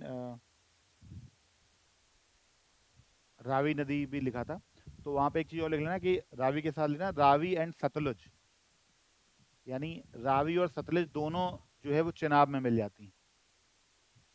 सतलुज भी आगे जाकर चेनाब में ही मिलती है, तो वहीं पे लिख लेंगे तो ठीक रहेगा। इसमें लिखिए flows through Chamba valley, Chamba valley से होकर प्रवाहित होती है। फ्लोज थ्रू चंबा घाटी से होकर प्रवाहित होती है। Flows through Chamba, flows through Chamba valley, flows through Chamba valley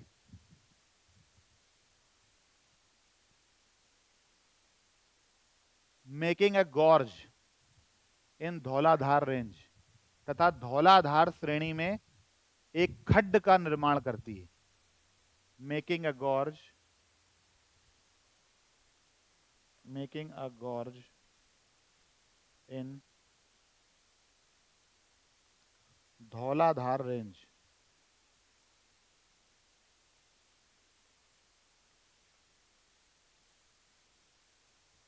making a gorge in Dhauladhar range.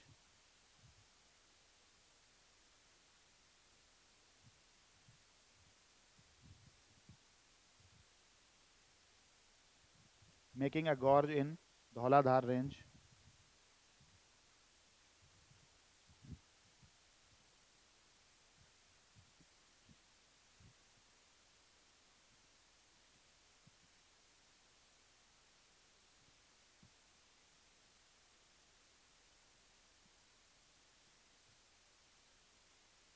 merges into Chenab,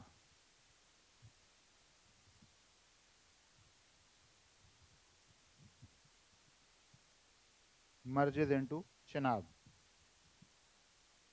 Now the next river is Beas, आगे जाकर चेनाब नदी में मिल जाती है, लिख लेना joins Chenab.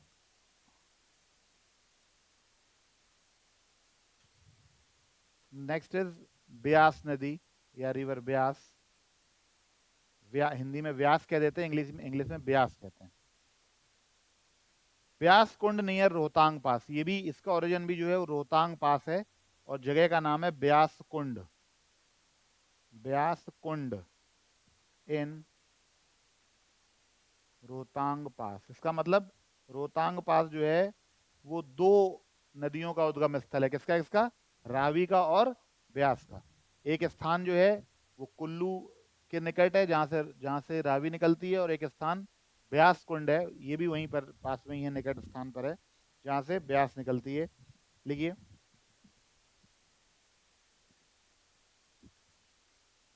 This river entirely lies in Indian territory, यह नदी पूर्ण रूप से भारतीय क्षेत्र में प्रवाहित होती है।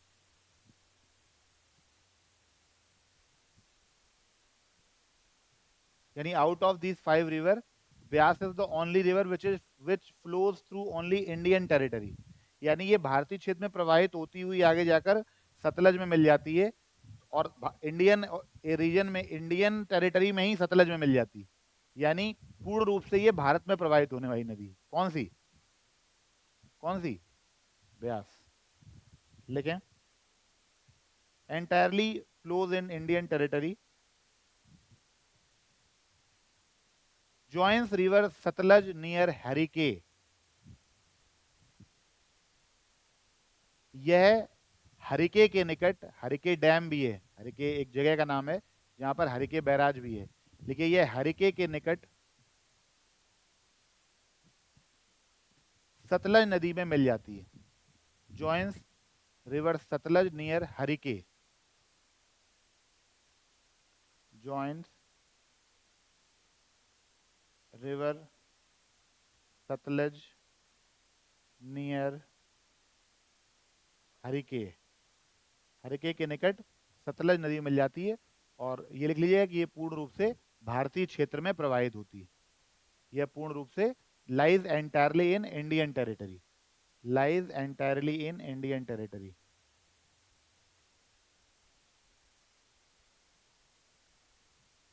इन इंडियन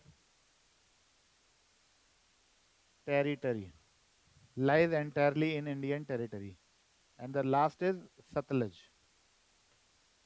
सतलज नदी। अंतिम इसमें लिखिए बड़ी नदी सतलज। सतलज लेक का जो उद्गम स्थल है वो है राक्षस ताल लेक।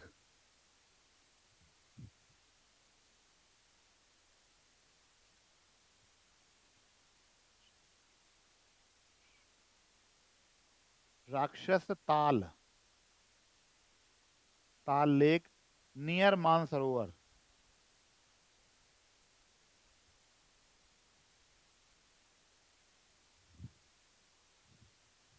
मानसरोवर के निकट राक्षस ताल लेक, और ये स्थान है तिब्बत में, यानी अगर रीजन की बात करें तो ये तिब्बत का क्षेत्र है, मतलब इसका ओरिजिन तिब्बत में स्थित राक्षस ताल लेक है, जो कि मानसरोवर झील के निकट स्थित है।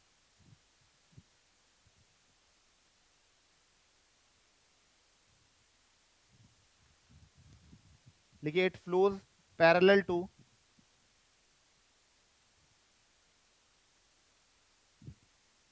it flows parallel to Indus before entering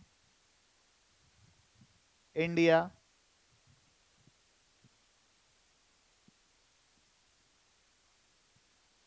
in Himachal Pradesh at Shipkila. लिखिए, भारत में प्रवेश करने से पूर्व, डिस्क्रिप्शन में लिखिए, भारत में प्रवेश करने से पूर्व यह, भारत में प्रवेश करने से पूर्व यह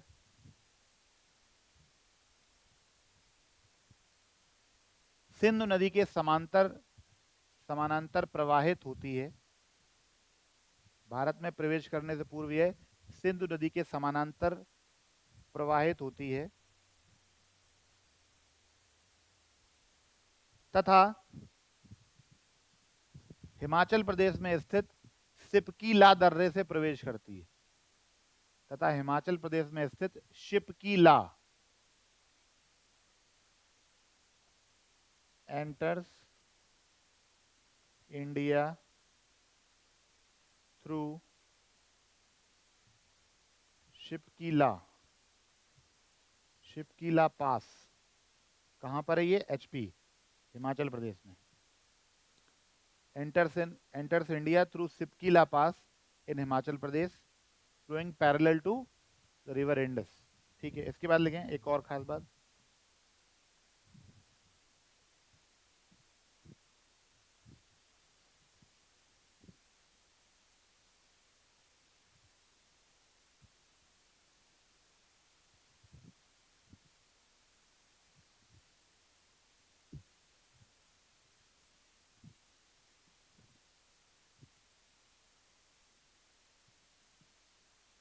आपको पता है कि सतलज नदी के ऊपर ही भाखड़ा नांगल डैम है, तो लिखिए भाखड़ा एंड नांगल या Bhakra Nangal project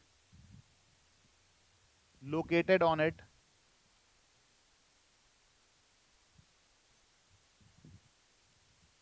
Bhakra Nangal project located on it, यानी भाखरा नांगल जो परियोजना है वो इसी नदी पर स्थित है, भाखरा नांगल परियोजना इस नदी पर स्थित है।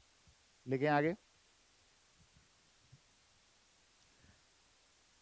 हरिके के निकट, इसी में डिस्क्रिप्शन में लिखिए, joined by Beas at Harike, लिखो joined by Beas at Harike, Harike के निकट ब्यास नदी इसमें मिल जाती है।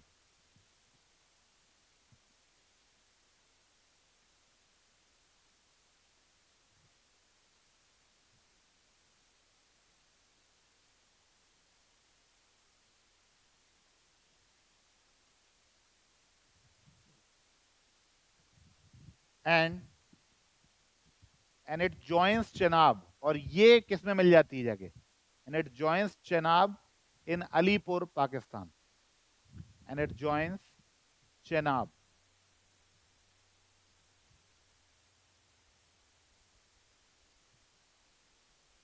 इट जॉइंस चेनाब इन, या यहां पर मैं लिख दे रहा हूं, it joins Chenab at Alipur Pakistan, Pakistan के अलीपुर कस्बे में, अलीपुर शहर के निकट ये जो है वो चेनाब नदी में जाकर मिल जाती है, यानी अल्टीमेटली किसमें मिली जाके, चेनाब में। और फिर देखिए ध्यान से, और उसके बाद क्या होता है कि झेलम, चिनाब, रावी, ब्यास और सतलज, इनकी संयुक्त धाराएं कहाँ मिल जाती हैं जाके, इंडस रिवर में जाके मिल जाती हैं, जो कि पाकिस्तान में मिलती है जाके। और ये वहां पर एक बड़ी नदी के रूप में, एक बड़ी लेफ्ट बैंक ट्राइब्यूटरीज का कॉम्बिनेशन जो है वो आगे जाकर इंडस रिवर में मिल जाता है। बात समझ आई? अब ये सारी नदियां चेनाब में मिलती हैं और चेनाब जाकर इंडस में मिल जाती है। एक बात और ध्यान रखिएगा इस स्टडी के दौरान, वो एक और ये कि हमेशा जो नदी, जब कोई ट्राइब्यूटरी किसी नदी को ज्वाइन करती है तो फिर उस ट्राइब्यूटरी का अस्तित्व तो खत्म हो जाता है, आगे उसको उस बड़ी नदी के नाम से जाना जाता है। जैसे समझिए ध्यान से, जो ब्यास है वो सतलज में मिल जाती है तो फिर वो सतलज बन जाती है, सतलज चिनाब में मिल जाती है तो वो चिनाब बन जाती है क्योंकि चिनाब उससे बड़ी नदी, और चिनाब आगे जाकर झेलम में मिल जाती है, सॉरी चिनाब आगे जाकर इंडस में मिल जाती है तो फिर वो इंडस रिवर हो जाती है। फिर हम उसे चिनाब नहीं कहेंगे कि वो हम कह दें कि नहीं वो क्योंकि चिनाब हमारे यहाँ से मिल रही इसलिए आप उसको चिनाब कहेंगे, नहीं। हमेशा छोटी नदी जब बड़ी नदी में जाकर मिल जाती है तो छोटी नदी का नाम फिर नहीं लिया जाता है। यानी जैसे यमुना गंगा में मिल गई प्रयागराज में, उसके बाद कहीं यमुना का नाम लिया जाता है? जब तक नहीं मिली तब तक वो यमुना है, वो गंगा है।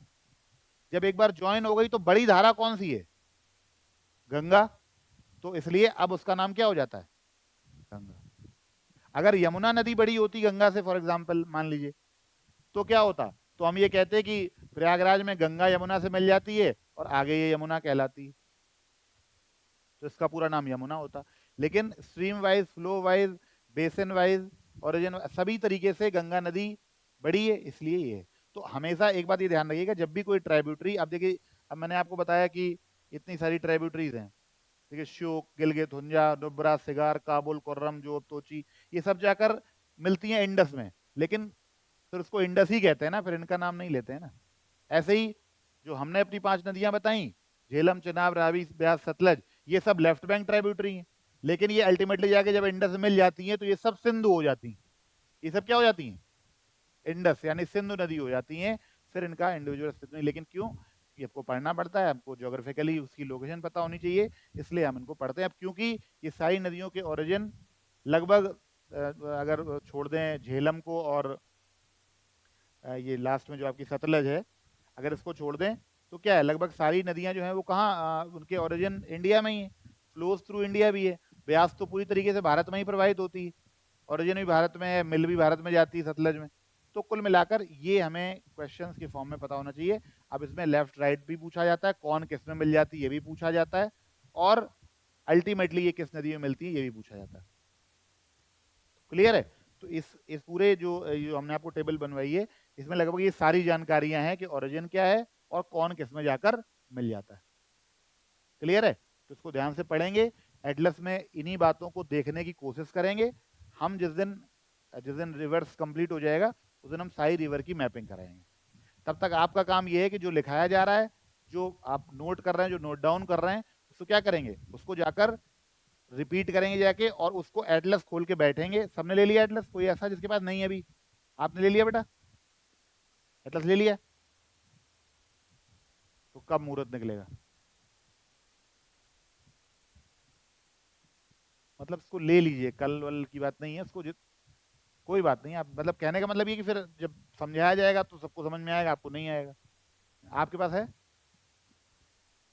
और लेके कितने लोग आते हैं, आए? ठीक है, सबके पास, सब लोग लेके भी आए हैं? ठीक है। तो कुल मिलाकर बात ये है कि इसको जो है इसको जाकर अब जो चीज जैसे मैंने बताई कि यहाँ से निकली, यहाँ से बहती हुई इंडस के पैरेलल, अब आपको देखना चाहिए कि क्या सतलज जो है वो इंडस के पैरेलल बहती हुई आती है। तो आपको उससे क्लियर होगा कि हाँ देखो इंडस के पैरेलल इतना बह रही है, फिर जाकर हिमाचल प्रदेश में शिपकीला दर्रे से होती हुई ये हिमाचल प्रदेश में प्रवेश करती है, फिर वहां से होती हुई आगे जाती है। तो जब आप ये रूट देखेंगे और लैंग्वेज देखेंगे जो आपने लिख रखी है, जब दोनों में कॉम्बिनेशन आएगा तो पढ़ने में क्या आएगा, इंटरेस्ट भी आएगा, और आपको लगेगा कि हाँ आपको ये बात समझ में आ रही है। तो उससे कॉन्फिडेंस लेवल जो है वो क्या होता है, इंप्रूव होता है, बढ़ता है, और आपको चीजें ज्यादा बेहतर तरीके से समझ में आने लगती हैं। आगे देखिए, एक इंपॉर्टेंट पॉइंट मैं यहाँ पे आपको बताना चाहूंगा। एक बोन ऑफ कंटेंशन है बिटवीन इंडिया एंड पाकिस्तान, और उसका नाम है सिंधु जल समझौता, इंडस वाटर ट्रीटी। उसके बारे में एक शॉर्ट नोट लिख लीजिए यहीं पे, क्योंकि इस पे बहुत सारे क्वेश्चंस आते हैं, प्रीलिम्स में भी आ सकते हैं और मेंस में भी ये कई बार पूछा गया है, तो ये बहुत इंपॉर्टेंट है।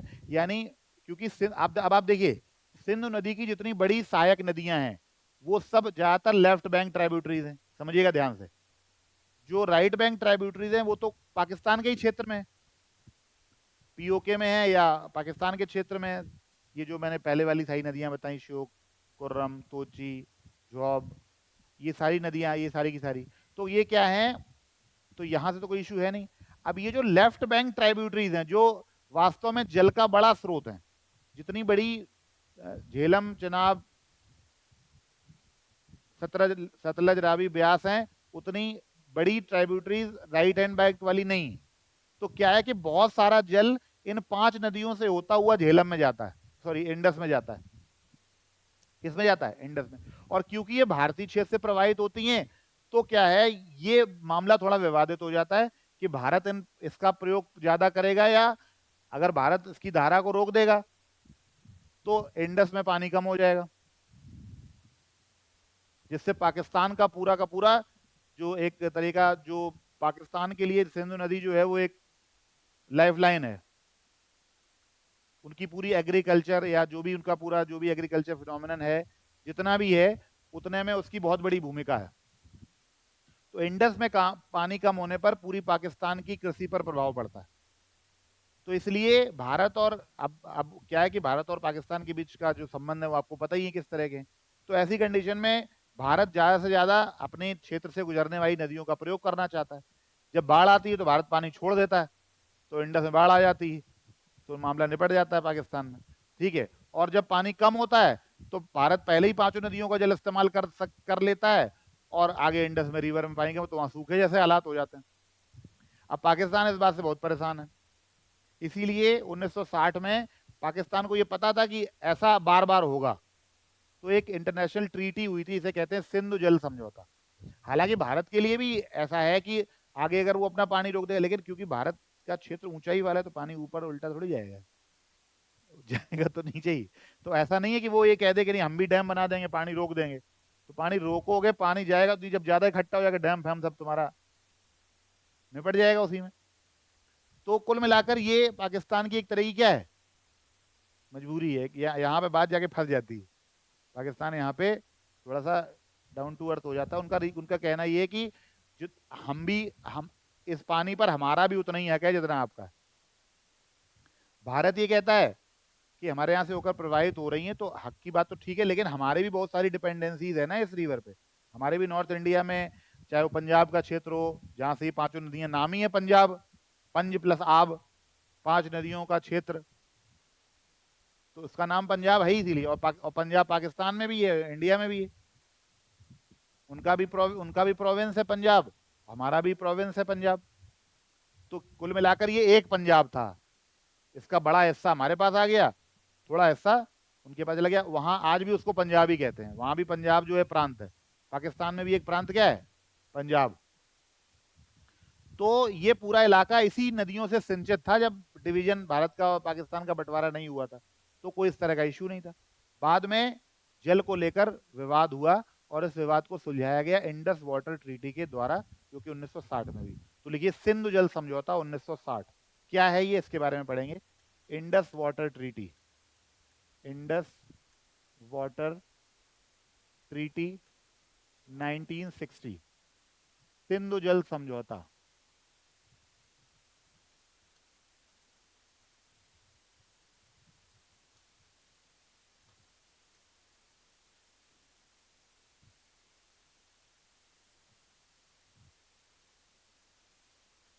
सिंधु जल समझौता 1960, इंडस वाटर ट्रीटी 1960, क्या है ये, यानी क्या इसके प्रावधान है, ये पढ़े लिखेंगे हम लोग। देखिए, India and Pakistan signed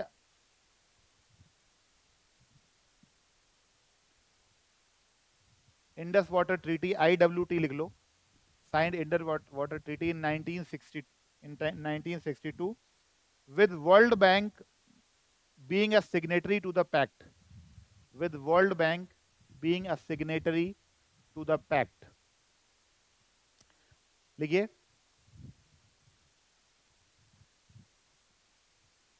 Bharat तथा पाकिस्तान के मध्य सिंधु जल समझौता 1960 में हुआ,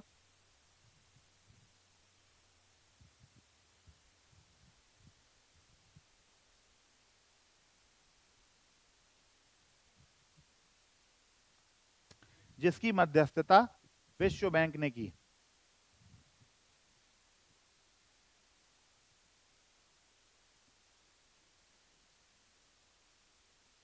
इट सेट आउट नई लाइन से, it sets out mechanism for cooperation, it sets out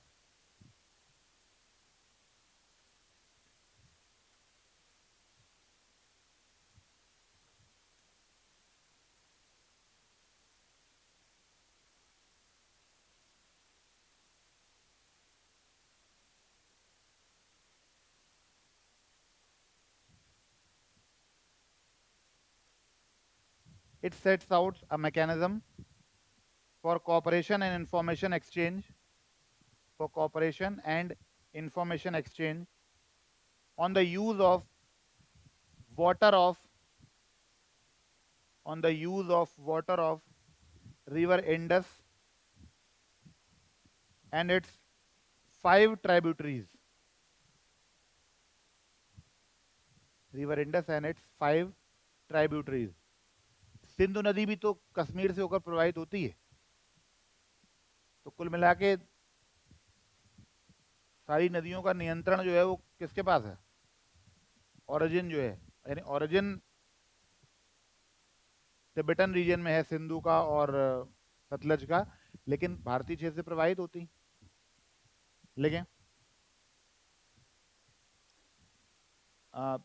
an information exchange on the use of water of river Indus and its 5 tributaries, लिखिए, यह समझौता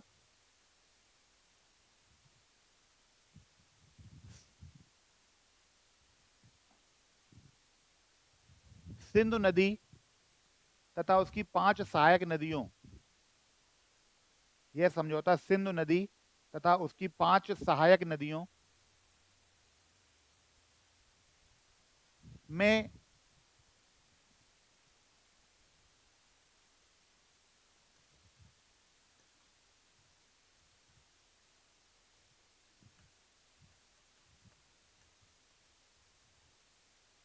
सिंधु नदी एवं इसकी 5 सहायक नदियों के जल में, ये कर लो, के जल के प्रयोग के संबंध में आपसी सहयोग, आपसी सहयोग एवं सूचनाओं के आदान प्रदान, आपसी सहयोग एवं सूचनाओं के आदान प्रदान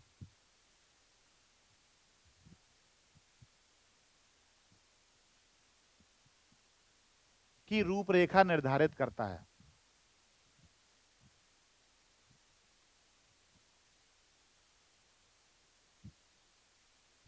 It allocated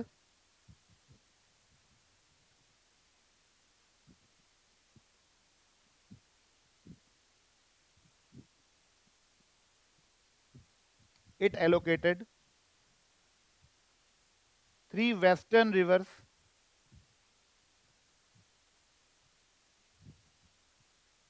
it allocated three western river।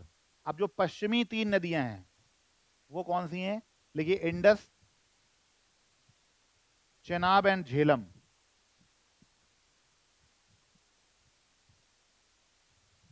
To Pakistan for unrestricted use.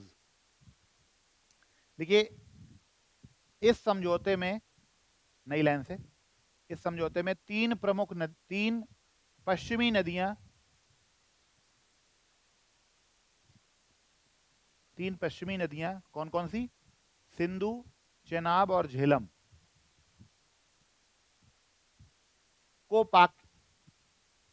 को पाकिस्तान को आवंटित कर दिया गया।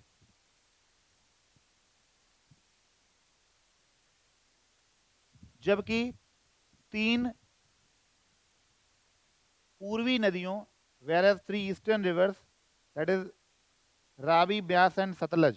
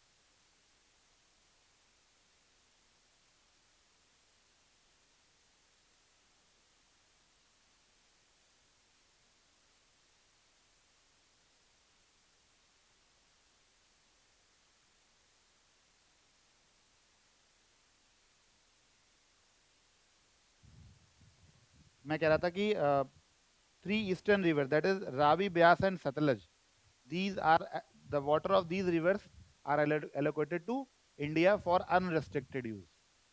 तीन पश्चिमी नदियां झेलम, सिंधु और चिनाब को किसको एलोकेट कर दिया गया? बोलो।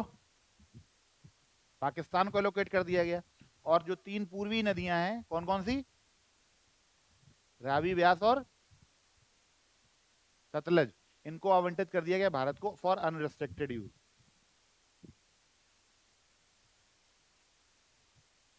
That means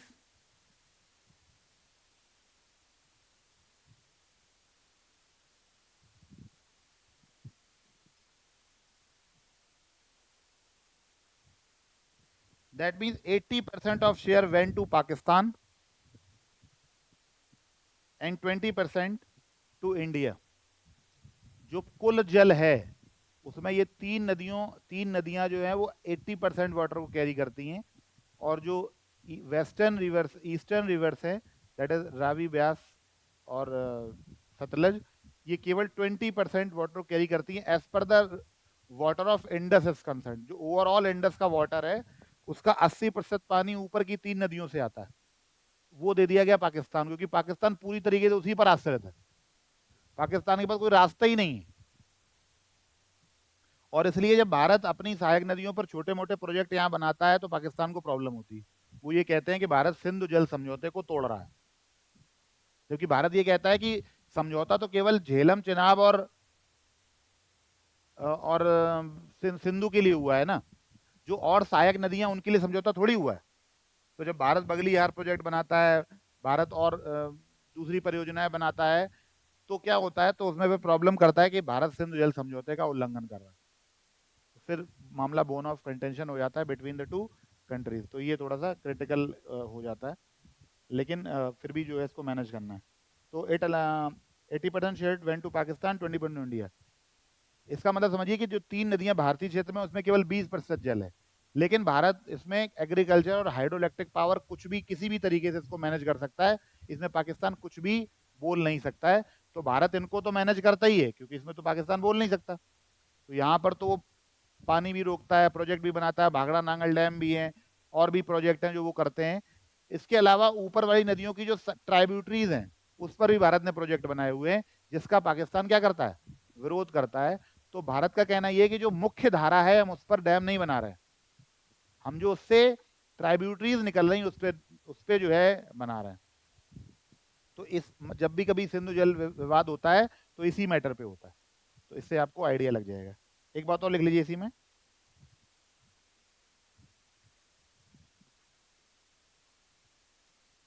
IWT allows India, that is Indus Water Treaty, allows India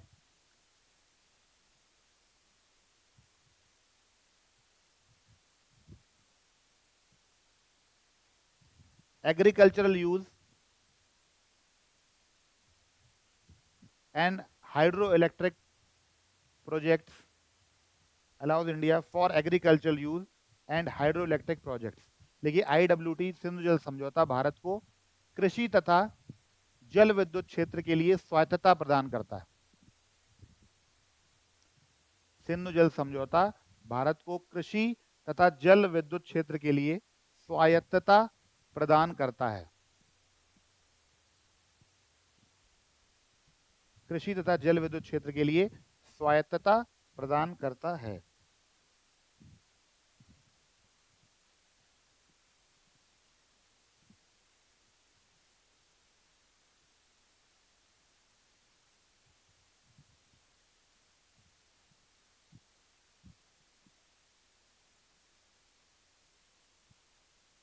और एक और इस मैकेनिज्म को, कोऑपरेशन को और एक्सचेंज ऑफ इंफॉर्मेशन को बरकरार रखने के लिए यह जो सिंधु जल समझौता है, ये एक कमीशन बनाने का भी प्रस्ताव करता है। लिखिए, it required both nation to establish a permanent Indus commission. इस समझौते के अंतर्गत एक स्थायी सिंधु आयोग, एक स्थायी सिंधु आयोग की स्थापना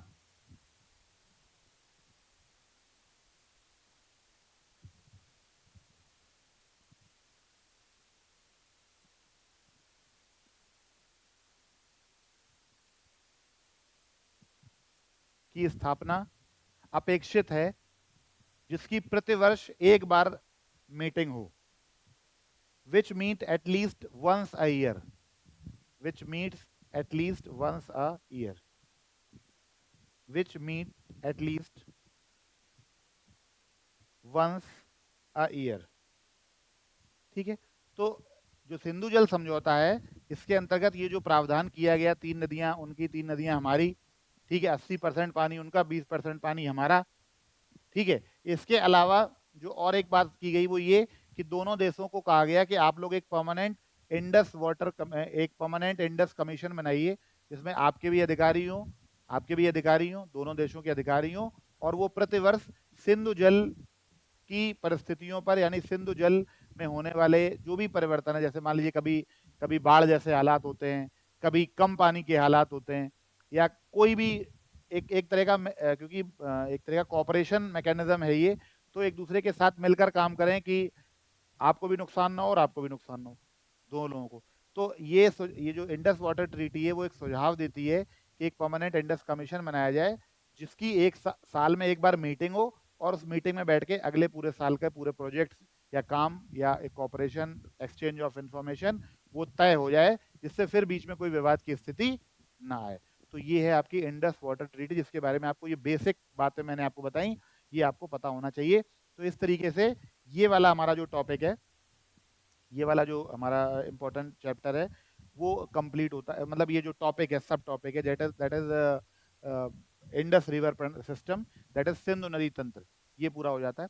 कल की क्लास में हम लोग आगे ब्रह्मपुत्र और गंगा नदी तंत्र के बारे में अध्ययन करेंगे। आप लोगों से ये रिक्वेस्ट है कि जो एक एक नदी मैंने जो लिखाई है आपको, चाहे वो रिवर सिस्टम के अंतर्गत हो, जो पहले पहले तो आप जाके देखेंगे हिमालयन और पेनिनसुलर रिवर्स, और उसके चारों बेसिस देखेंगे, चाहे वो मोड ऑफ ओरिजिन हो, चाहे वो कैचमेंट एरिया हो, चाहे वो कुछ, ये सारे मैप्स एटलस में होते हैं। तो इन इन आधारों पर देखेंगे, और फिर केवल सिंधु नदी तंत्र के बारे में आप क्या देखेंगे कि कौन सी लेफ्ट बैंक ट्राइब्यूटरी है, कौन सी राइट बैंक ट्राइब्यूटरी है। Left bank right bank tributaries के नाम देख लीजिएगा, कहाँ मिलती है ये देख लीजिएगा। जबकि राइट बैंक ट्राइब्यूटरीज जो कि सॉरी लेफ्ट बैंक ट्राइब्यूटरीज जो कि इंडियन टेरिटरी से होकर गुजरती हैं, ओरिजिन 2 का भारत से बाहर है, तिब्बत रीजन में है, और 3 का भारत में है। ठीक है, तो उनके ओरिजिन से लेकर उनके अगली किसी बड़ी नदी में मिलने तक, ज्वाइनिंग तक, उनका कोर्स क्या है, इसके बारे में भी आप अच्छी तरीके से इसको पढ़ेंगे, समझेंगे और देखेंगे, जिससे कि आपको आइडिया लगे कि ये किस तरीके से ये फ्लो हो रहा है। तो ये कल आप देख के आएंगे। ठीक है, तो ये आपसे अनुरोध है कि आप इसको करके आएंगे, जिससे कि हम लोग जो है आगे की क्लास जो है कंटिन्यू कर पाएं, और ब्रह्मपुत्र और गंगा नदी तंत्र के बारे में, जो कि गंगा तो बहुत बड़ा नदी तंत्र है, इसके बारे में बहुत डिटेल है। पहले ब्रह्मपुत्र पढ़ेंगे, फिर गंगा पढ़ेंगे, और हम लोग फिर ये हिमालयन रिवर समाप्त करेंगे। ठीक है, तो इस तरीके से आप इसको रिवाइज करके आएंगे। एटलस घर पे भी देखिए जाके, और यहाँ पर भी एटलस लेके बैठिए, और साथ साथ में एक्सरसाइज के रूप में इसको करते रहिए, तभी आप ये सारे स्थान और सारी चीज़ें जो है वो मेंटेन कर पाएंगे। ठीक है, तो आज की क्लास के लिए इतना ही, बाकी कल की क्लास के साथ हम लोग और मिलेंगे। तब तक के लिए थैंक यू, जय हिंद।